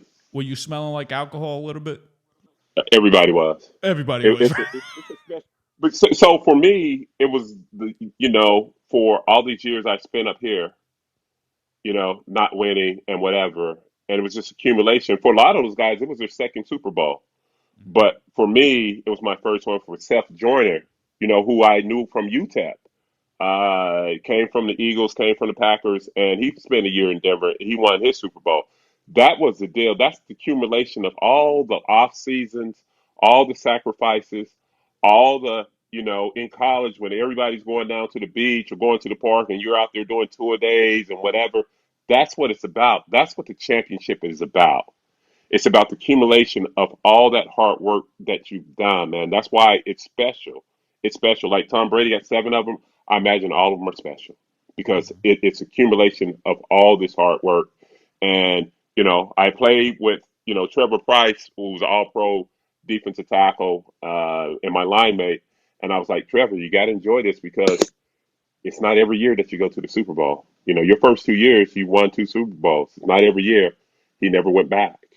Yeah. He never went back, and he played like 13 years. It's hard getting there. So let your hair down a little bit that night that you win. So now that night, right? Like, was it all of you guys at this special club that you guys went to? We, yeah, because some of my teammates were already posted up there, so everybody just went there, and we kind of took it over. We bought a bunch of bottles, and we just had a good time. Wait a We minute. You let guys her. actually had to spend money? I think it's on the house, everything, isn't it? I wasn't our city. Well, once we got back to Denver, it was on the Oh, okay. So wait. So was there like another party when you guys went back to Denver?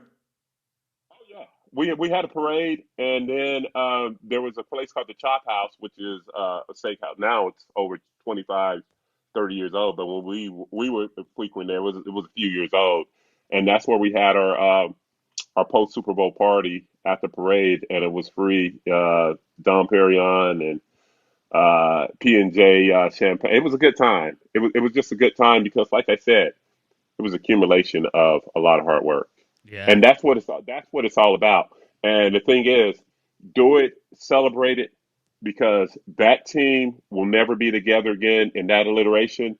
That team, you're not going to get the same team that's going to come back to training camp. It's the group of guys in that moment that you have to celebrate because coaches are going to leave, players are going to leave, and what have you. But celebrate that moment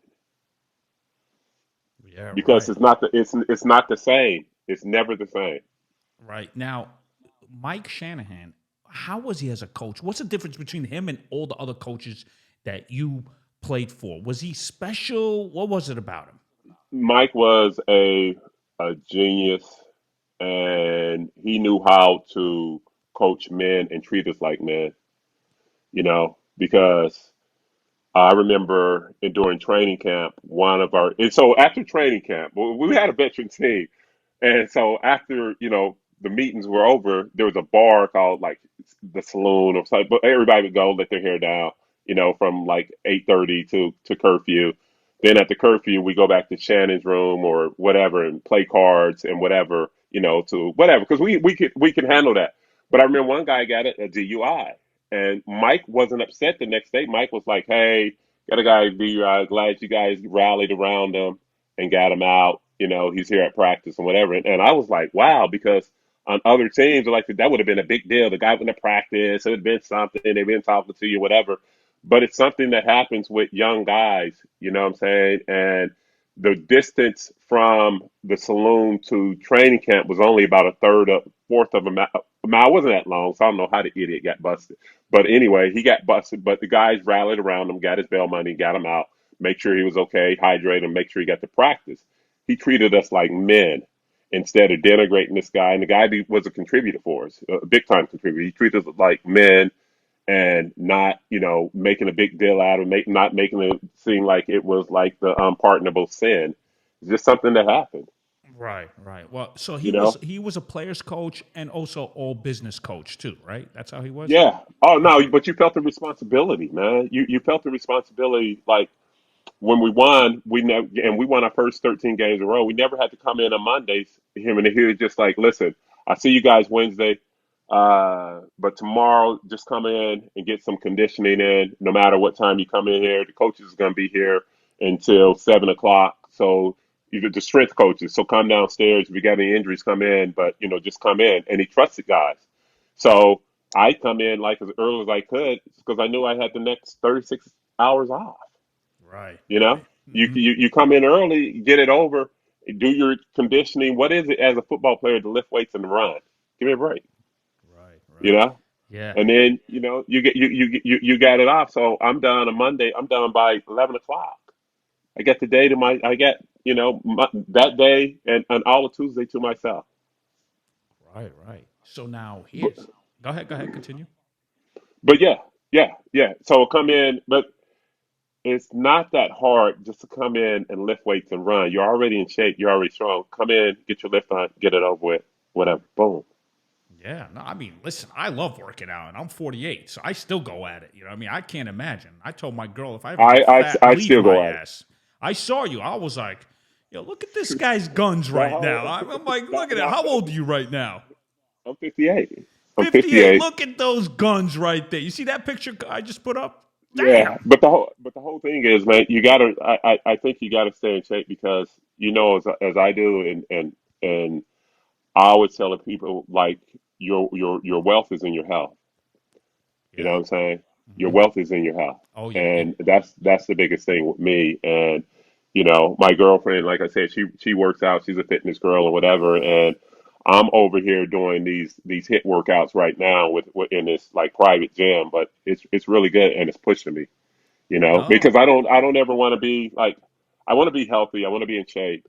I want to be heart healthy. I want to be in cardiovascular shape. I want to be like healthy. And Hmm. that's I've seen too many teammates, you know, and even my son as a prime example. My son played, at LSU and played in national championship game. But after football, and he's done, and he has a great job, and he has 2 degrees or whatever. He just blew up, but he just doesn't work out anymore. But I had Oh, teammates that did that because they said, I'm like, they worked out all their life. Well, you still got the next part of your life still left. yeah, You know what I'm yeah. saying? Still do it. Still work out. It's going to come back to you. It feeds you better than to be on all these medications. I don't want to be on a bunch of medications. I don't want to be, immobile. And those are my greatest fear. You have the same mentality as I do, man, Marvin. I'm glad that I'm talking to you because you're on the same page, man. It's so important. I say to myself, look, if I go down, at least I tried being healthy. That's all I care about. That's the whole deal, man. Yeah. And then when people see you, it's like, oh, you look in shape, you're this, you're that, and they're like, yeah, but it's hard work. And I'm putting it on my social media because the guy at the gym is trying to, he's trying to boost that former Jet coming in and working. But it's Oh, just yeah. like, listen, I'm gonna go in there, I'm gonna work, but I'm gonna work, man. I'm a pescatarian. I'm not, because I came up here, Eddie, man, and I moved up back up here about 10 years ago, and I tell you. And this is not up for debate to me. New York is the Italian food capital of the world and the steak capital of the world. I came I'm from sure Texas you with went all to the steak. I'm sure you went to Gallagher's a lot during your career. I went to Gallagher's, Peter Luger, Ben Benson, Oh, yeah. Sparks. I've gone to mostly all of them, man, and it's protein. You know what I'm saying? I could go to a steakhouse. I could get sautéed spinach. I could get a nice steak. I can get me some vegetables. It can be all proteins, but it's just too much, man. It's just But too much. I started doing the carnivore diet, mostly meats, and it's really healthy. My cholesterol went so low, my testosterone went up, and I don't take no supplements. All I eat That's is unbelievable. Yeah, all I eat is grass-fed red meat, not regular red meat, grass-fed red meat. There's so much nutrients in grass-fed meat. You don't even have to take vitamins.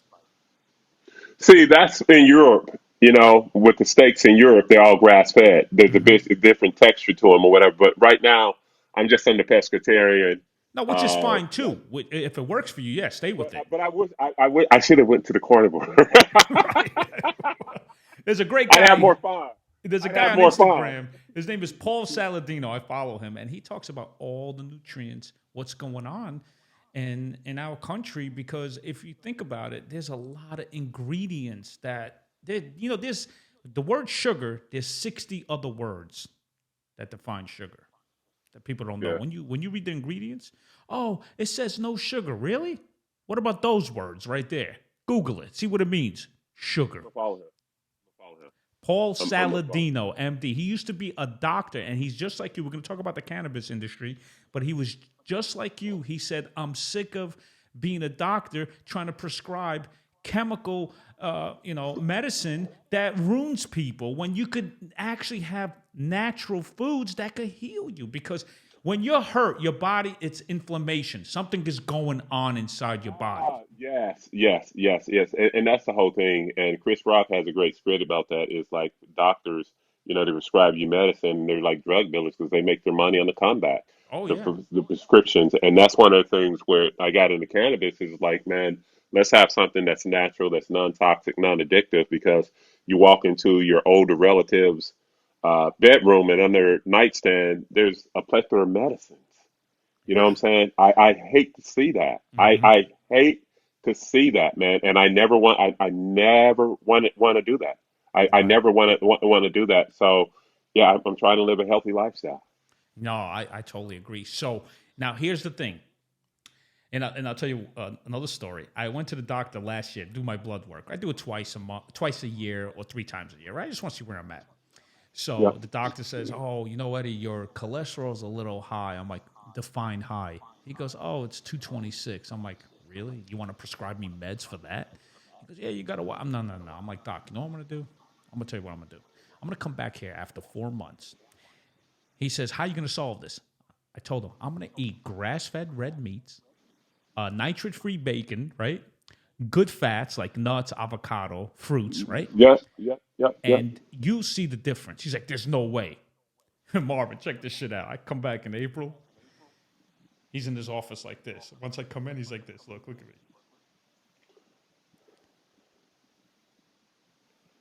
Yeah, Eddie, you were right. How'd you do it? Just like that, your numbers. But You see what but I but go mean? to, but they don't give you that option. And No. a lot of people, a lot of people, like my mom's 90, and her insulin and her sugar was high, and so I was at home, and so I stayed there for like 3 months. And instead of my mother having, you know, grits and whatever, for I make sure she have the berries, that don't metabolize the sugar and whatever. I stayed there for 3 months and got her blood sugar down, and the doctor was amazed. That's the frustrating part with me with Western medicine. Instead of talking to them about lifestyle changes and choices, they want to prescribe you medicine. Instead of telling you if your cholesterol is a little high, this is how you can get it down naturally. And if you don't get it down, then we're going to have to go on a medication. Don't try to give them the medication right away. You Right. know what I'm saying? Don't, Hmm. don't try. Don't try to do that, because I was the same way with a doctor, and even the nurse was like, she saw my stats. She was like, "Why is he trying to give you cholesterol medicine?" I was like, "I don't know." I said, "But I'm not taking it. I'm not. I'm not. Right. I'm not taking that." I changed doctors. My other doctor said, "Nah, you'll need to take it. You're doing well." And I get my checkup once a year. I got to go back to Dallas in December and get my other annual. But it's about like food, exercise, and whatever. If I get cancer or something like that, yeah, okay, I'm digging it for the most part. I'm still going to try natural, whatever remedies, but Right. for the most part, man, like diabetes, hypertension, and all that, I believe that's in your pots and your pans and your lifestyle. Yeah. Yeah. So now, Marvin, you had the great career, right? You played 11 years. Average NFL career is 2 years. So, what made you get into cannabis business? So, like you said to yourself, you know what? This could probably help with the concussions going on in the NFL. What made you say, I want to make a change? I could just say it was accidental, because I played and then I went into financial services as an advisor for like a couple big houses. Hmm. And then a boutique farm, because the big houses, they're all for you, commission, commission, commission, Hmm. till you start making too much and they want to put you on salary. But in 2013, I was at a golf tournament, and after the tournament, celebrity tournament, there's a little after party, and I ran into a guy, and he was telling me about, hey, I want to sit down and meet with you. I got this patent, it helps out with concussion. I was like, what is it? And it was like, it's marijuana, cannabis. I was like, what? And he was like, "No, seriously, it's medicine." Because I didn't, I still don't smoke cannabis, THC or whatever. And so I sat down with him, and he started telling me how it's a neuroprotectant, anti-inflammatory, and what have you. And I started out that company as a brand ambassador spokesperson, and I did a deep dive into the medicine of cannabis and all the things that it can help, and all and why it was on. Why it was prohibited, and the history of cannabis and hemp, and you look at it, and then having some great people like Montel Williams, who I sit on the board of his company, whatever, educate me about the medicinal benefits of it. And to me, I came out of it with cannabis as medicine. Particularly, I'm all for CBD, but I know what THC does for some of my ex teammates and colleagues that played in NFL. I've been around soldiers that coming out the theater war with PTSD and these closed head injuries and what have you. It helps them, but with CBD, it's non-psychotropic. It doesn't get you high, it doesn't get you stoned, but it gets you healthy. I got my 90-year-old mother on it. I got my sister on it. I'm on it. I'm a big proponent of that, man, because I believe it's an alternative to um, some of the opiates and and some of the opiates and that they're prescribing to athletes and ordinary people. You know, uh, Athletes, whether it's baseball because of the length of the game, length of the season, whether it's basketball, the length of the season, and the up and down and pounding that they take, and the collision sport of football and hockey. You know, uh, as you said, inflammation is a big part of that, but cannabis and CBD is a natural anti-inflammatory, and it's a neuroprotectant for the collision and contact sports. It's great, and I want to introduce it not only to professional sports but society in general. And it's happening. We just had another state to go down of adult use yesterday with Ohio. The voters put it on there, and I hope they see it as medicine because, Eddie, my whole thing is nobody's getting high just to get high. Everybody's smoking this plant or indulging in this plant to feel better. That's the whole deal. And this plant has been here for thousands and thousands of years. Let's see what it can do. We know about the big cannabinoids of THC and CBD, but there's 276 more cannabinoids in this plant. Hmm. Let's see what they can do because I said this before. I think they're going to look back at us in 100 years and say, you guys had this plant, you made it illegal, and it does all this. I was telling my guy back in Dallas a couple of weeks ago. I was like, hemp. I was like, hemp is can disturb the market. I said if it wasn't for like Rudolph Randolph Hearst and the the publishing barons and whatever, we'd be writing a hemp paper and it'd be better for our environment because the Constitution is written on hemp paper. George Washington, our founding fathers, and Thomas Jefferson, they grew hemp. The ropes for our navies. You go down to the Smithsonian and you see Davy Jones' ship and all that, and the course, that's all hemp. And I was telling my guys, like, is a disturber because it can build everything in the room you're in, including the building, hempcrete. It can build like the lamps, the desk, and what have you, and it's sustainable and it has less of an environmental footprint. As far as the medicine goes, the medicine, man, let's see what it can do. We already know what it can do medicinal, but let's put the research behind it and see what this plant can do. You know what's crazy? Back then, President Nixon, he actually, um, he wanted the marijuana to stop, and he put it as a tier one drug, which tier one is a heroin. Tier one, he put marijuana into the heroin category, and he said, no, this is the law. I don't care. No one's allowed to do it. And I'm looking back, and I'm like, whoa, that was probably a mistake. Well, when you look back at it, why he did it, Richard Nixon was I wasn't old enough, but looking back at it, Richard Nixon was kind of vindictive, and he wanted to go after two people. He wanted to go after the hippies that and the tie dye people that was protesting the Vietnam War, and he wanted to Hmm. go after African Americans. And this is from John Hyman, I believe, who was his Secretary of State or head of his staff, that said that. And that's why the war on drugs started in earnest.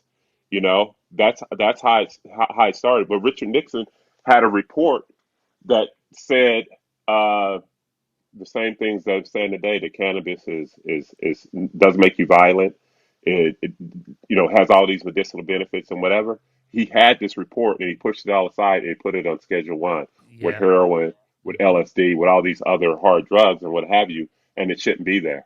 And I still say there still needs to be a rescheduling of it right now so we can get it into more people's hands because addiction, it hits professional athletes hard, but it's tearing society up. Yeah. You Hmm. whether it's the soccer moms, whether it's in the Appalachians, whether it's in the inner city, and whatever, the opiate addiction, and now you have they're bringing in from China fentanyl and mixing it with it. We're going to lose a generation if Yeah. unless we get our hands around it and get a viable opportunity, alternative to these opiates and benzodiazepines that we're taking. Right. But you were also a plaintiff. You went against Jeff Sessions, right? One of the court cases. We took it as far as we can take it. We almost took it to the Supreme Court. They didn't hear us, but we had amicus briefs from a lot of organization and famous people, and we thought we had a chance. But we, in a district court, we were the first ones to get the government to admit that marijuana has medicinal benefits because they grow marijuana in Mississippi. They give it out. There are 4 or 5 patients that get their marijuana from the government. So how it doesn't have any medicinal benefits and it's dangerous and whatever when you grow it and you give it out. So man, it's coming. When I first got into this in 2012 and 13, it was a matter of if. Now it's just a matter of when it's going to happen, and I believe it's going to happen because, like you said, you're getting back. Everybody's getting back to nature, whether it's plant-based diet, whether it's carnivore, grass fed, and whatever. Everybody's getting back to that because we've seen what the opiates have been doing and all these chemicals that we're putting in our food. And we're seeing people want to get back to nature. People are growing gardens. I got a homeboy in LA, he goes all over the world and tells people how to plant urban gardens in their backyard and in the easement of their yards and what have you. His name's Ron Finley. and he goes all over the world, give these TED talks about sustainability and growing your own food. That's where it is, man. These chemicals, these synthetics, and whatever. We've done that. We've done it for 80 years. Let's try something. Let's try something because the 60 and the 50 and the 40s right now, it's not like it was in the 70s because our parents, they were eating, whole milk and lard and everything and butter, full butter, whatever. Right now, this generation has so much information, and that information is in your hand most of the time. You can look it up and you can live a healthy lifestyle. Now, you also say with the concussions, when you were playing, pretty much they would evaluate you like this on the sideline. Let's just, for an example, hey, Marvin, what quarter is it? Third quarter. Okay, what day is it? Monday night. Okay, what's this? Okay, you're good. You could go back in, right? That's how it was back then? That's how it was. I remember one concussion I got. I was knocked out and I woke up, and you feel like an obligation to play for your teammates. And they were asking me what quarter it was, and I'm looking at the clock behind them, and I'm telling them the quarter, I'm telling them the time, and I came back into the game, uh, and each play, the middle linebacker would call out the play. I would get down on the line, and right before 5 seconds before the ball would hike, I would have to turn around and say, "What is the play?" And he'd have to tell me the play. And that's how I went to the game. And I don't remember the game. I know it was on film or whatever, but I don't remember that game. But that's how it was.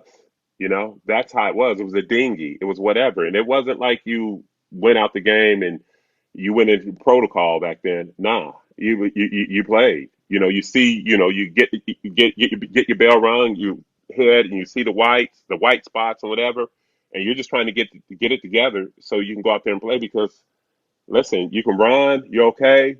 You need to get back out there. But football's come a long way since then. And I'm happy, but there is nothing that's going to stop a concussion. In football, I think it's not going to be solved through equipment. It's going to be solved through science, and I think they need to look at, and they are starting to look at it as CBD as a neuroprotectant. It's a neuroprotectant, and Dr. Raphael Meshulam, who's the father of marijuana, and he's in Jerusalem right now. I know what's going on in the world right now, but I guarantee you, if any Israeli soldiers is getting hit with the IUD and getting his bell rung, he's taking a massive amount of CBD to mitigate the effects of it, and they've been doing it for decades. We spend a $500 million we send to Israel for cannabis research and hemp research. You know, let's keep that money here and do it here. Right. Yeah. No, I totally agree with that. And Yeah, so now, did you ever reach out to Roger Goodell and say, "Hey, listen, man, we gotta save these guys because look, may he rest in peace, Junior Seau. A lot of guys have suicide thoughts, after their careers. I mean, it's really hitting them hard in their heads, right? I mean, did you ever try to do that? I'm sure you did. I've reached out to NFL. I reached out to my former union, and I believe I was the one that got cannabis off uh, their ban list and suspending guys and costing guys fines because since that has happened, you haven't seen a guy get suspended for cannabis anymore because it's not a performing enhancing drug and whatever. So they're not suspending these guys. They're not fining these guys. And the level that you have to test positive, it went from like 15 to like 50, like on WADA's, it's the same with WADA. And now guys are not, you haven't heard about a guy get in trouble with cannabis. 6 or 7 years ago, Josh Gordon and all these guys were getting suspended and for a year and a half a year for weed, but now it's not happening. And now the NFL has given, some of these research universities $1 million to research cannabis as an anti-inflammatory and a neuroprotectant. So it's happening. It's happening. But I'll tell you, it's better than taking these, Percocets, all these garbage stuff that's so addictive, and it's like, man, you're killing yourself. You'd be amazed. I can tell you some stories about some of my former teammates. I got a former teammate to this day. He's still taking Percocets. Still like take 6, 7 Percocets a day. I'm wondering how he's alive. But It's How do just you like, yo, stand? How do you, it's just like yo, and you go talk to some of these guys, and I've talked to in NFL chapters, and some of these guys are still on them, and their wives are the babysitters. They're taking care of them because they're so have these debilitating injuries, and that's the only way. And I'm saying there is an alternative, but this needs to come from the league. And when I had my own brand and the company I'm with, and I'm about to hook up with another CB company, guys ask me for it, and they go, "Oh, Marvin, how do I pay for you?" and whatever. I gave it to them.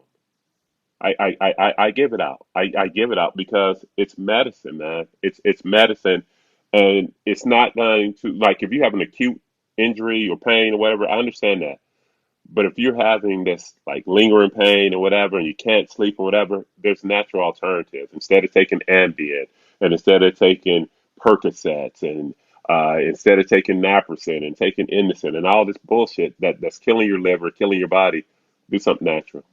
yeah, when I broke my ankle way back in the days when I was 28 years old, they gave me Percocets, right, for the recovery.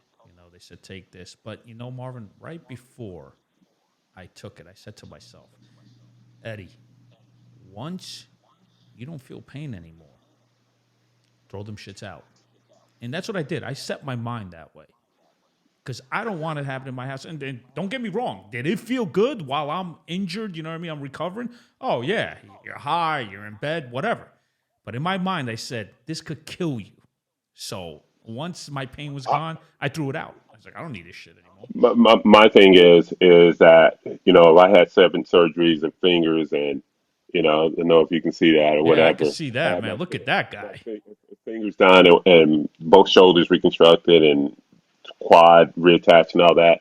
I would take them, and I was the same like you. I wasn't trying to leave the hospital with them because whatever pain it was, I was gonna like for throbbing pain and whatever. I wasn't trying to take them home with me. I've been in Right. the hospital for 2 or 3 days. I take them then because after the surgery, I could still feel it, but the pain lessens and lessens and lessens, Yes. and I leave them there, or I give them to my teammates that were taking them. Being a good teammate, but nah, that's one of the things is that I don't want to take medicine. I don't want to take No, I it. And, totally agree. and and right now everything that I take is natural.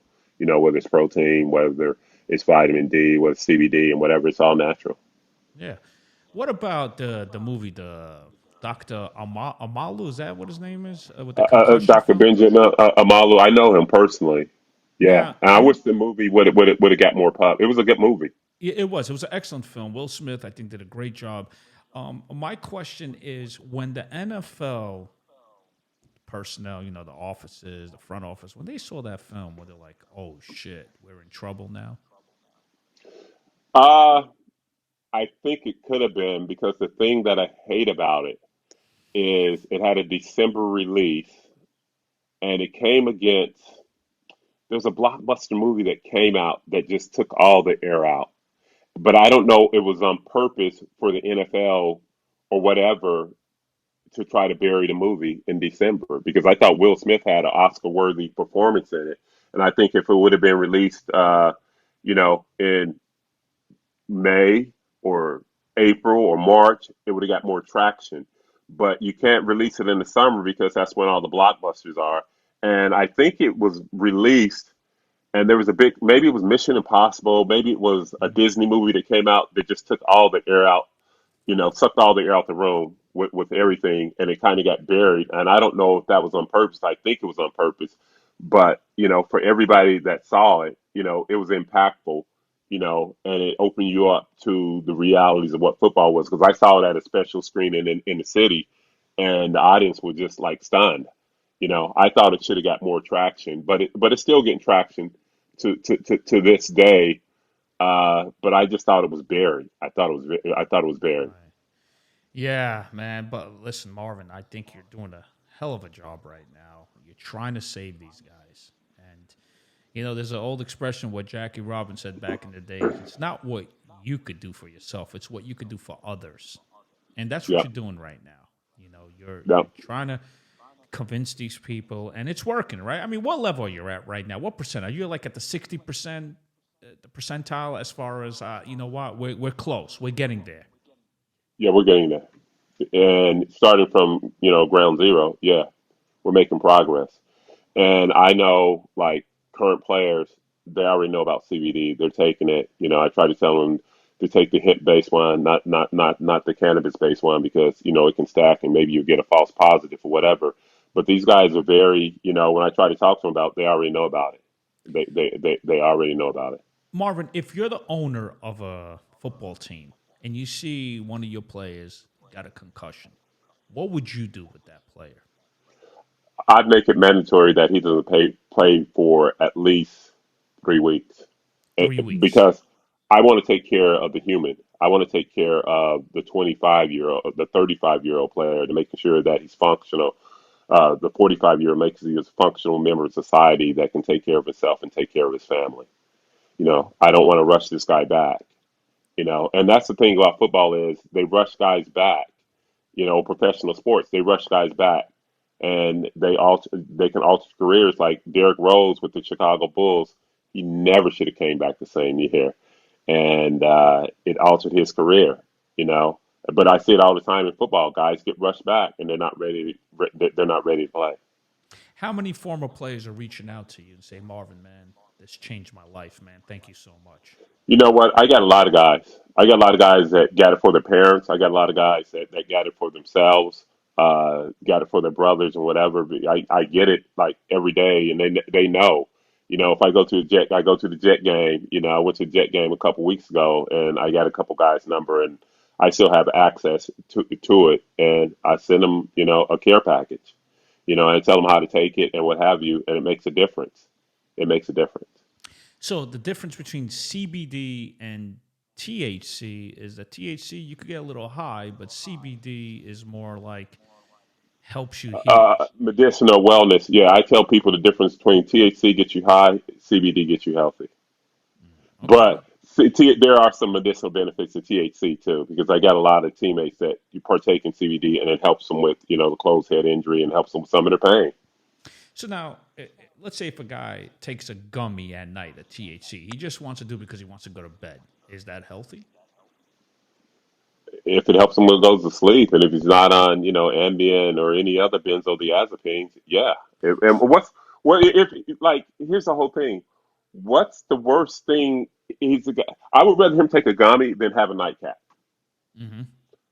Because he could take a half a gummy, he could take a gummy for 30 days. But if he has a drink for 30 straight days, come on, man. What is that? What's that? What's that doing to his liver? No, you're You damaging know? it, man. You're killing those Yeah. lymph And so nodes. what's that? And so what is that gummy doing? It's binding to your cannabinoids. It's cannabinoids. It's binding to your endocannabinoid system that you have in your body anyway, and it's helping you relax. It's helping you sleep, but it's giving you healing. So I'm all for that. And it's not, you're not harming anybody by taking it. And your mom still takes CBD. And how old is she? She's 90. And she feels She's great. 90. Yeah, my mother still walks 5 miles a week. She walks twice a week, 2.5 miles twice a week. 90 Yeah, years old? yeah. And she asked me for it, and when she gets low on her CBD, she definitely calls, and I gave it to her. Plus, she's on CBD skincare too, so she thinks she, Yeah, she yeah. has to look good. She'll be like, my son looks good because of me, baby, right? Yeah. So, man, but it's all about that. And she's my greatest testament to health, man. It's like, she's modified her diet and what have you, man. And it's just like she's not on a cane. She's still healthy. She still has a group of friends. She has a garden in her backyard or whatever. That's where I want to be. Yeah. All the men in the neighborhood where we grew up, all the men are gone. It's just the little old ladies now. They got their gardens and they're running the house and whatever. But the men that were there in the 70s and 80s, like my dad and neighbors, they worked hard, they drank hard, they ate hard, whatever. But all of them, they lived a long time. My dad has been gone 20 years next year, and he died at age 78. But Sorry to hear that, bro. they did all that hard, man. What I'm saying? I'm trying to do it in moderation a little bit and trying to get to Yeah. 90. Well, I have a deal with the creator that I asked him, and he knows what age I'm trying to get to. But we'll see. If Listen, we might have to, hey, go we ahead. might have to renegotiate that deal if I'm at that age and I'm feeling pretty good. Oh, okay. Yeah. I hear you, I man. might ask him for another 10 years. And Marvin, you also get invited to a lot of these cannabis events. Like, for instance, you were with Arnold Schwarzenegger. I saw a picture. I was like, oh shit, okay. Is he a fan of that too? Yeah. The guy that a bigger fan of it, and may he rest in peace, was his buddy Franco Colombo. And we had Franco Colombo under our umbrella, and he was introducing it to the bodybuilding community and introduced Arnold to it. He went up to Arnold's hotel room at the Arnold Classic and educated him on CBD. But bodybuilders also they stress their body out, and there's a lot of injuries that come after that, man. So they need something natural too because they can get addicted and they get prescribed all these opiates and benzodiazepines after they're competitive.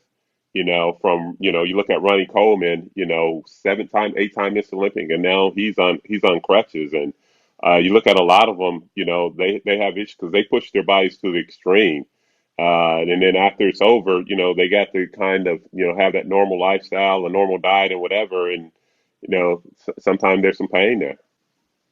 Yeah. Listen, Marvin, you're tearing it up, man. I'm so happy I got you on my podcast. Seriously, you've been great, man. I mean, I'm looking forward to driving to Jersey and shoot the shit with you and talk I'm more. looking forward to coming to New York and breaking bread with you, man. When this is over, we're gonna, exchange number and Yeah. yeah, let's break bread and hang out a little bit. All right. So, Marvin, any companies you're with right now? Like, I know you bounce with a lot of different companies, but how does it work? Who you with right now? You an ambassador for who?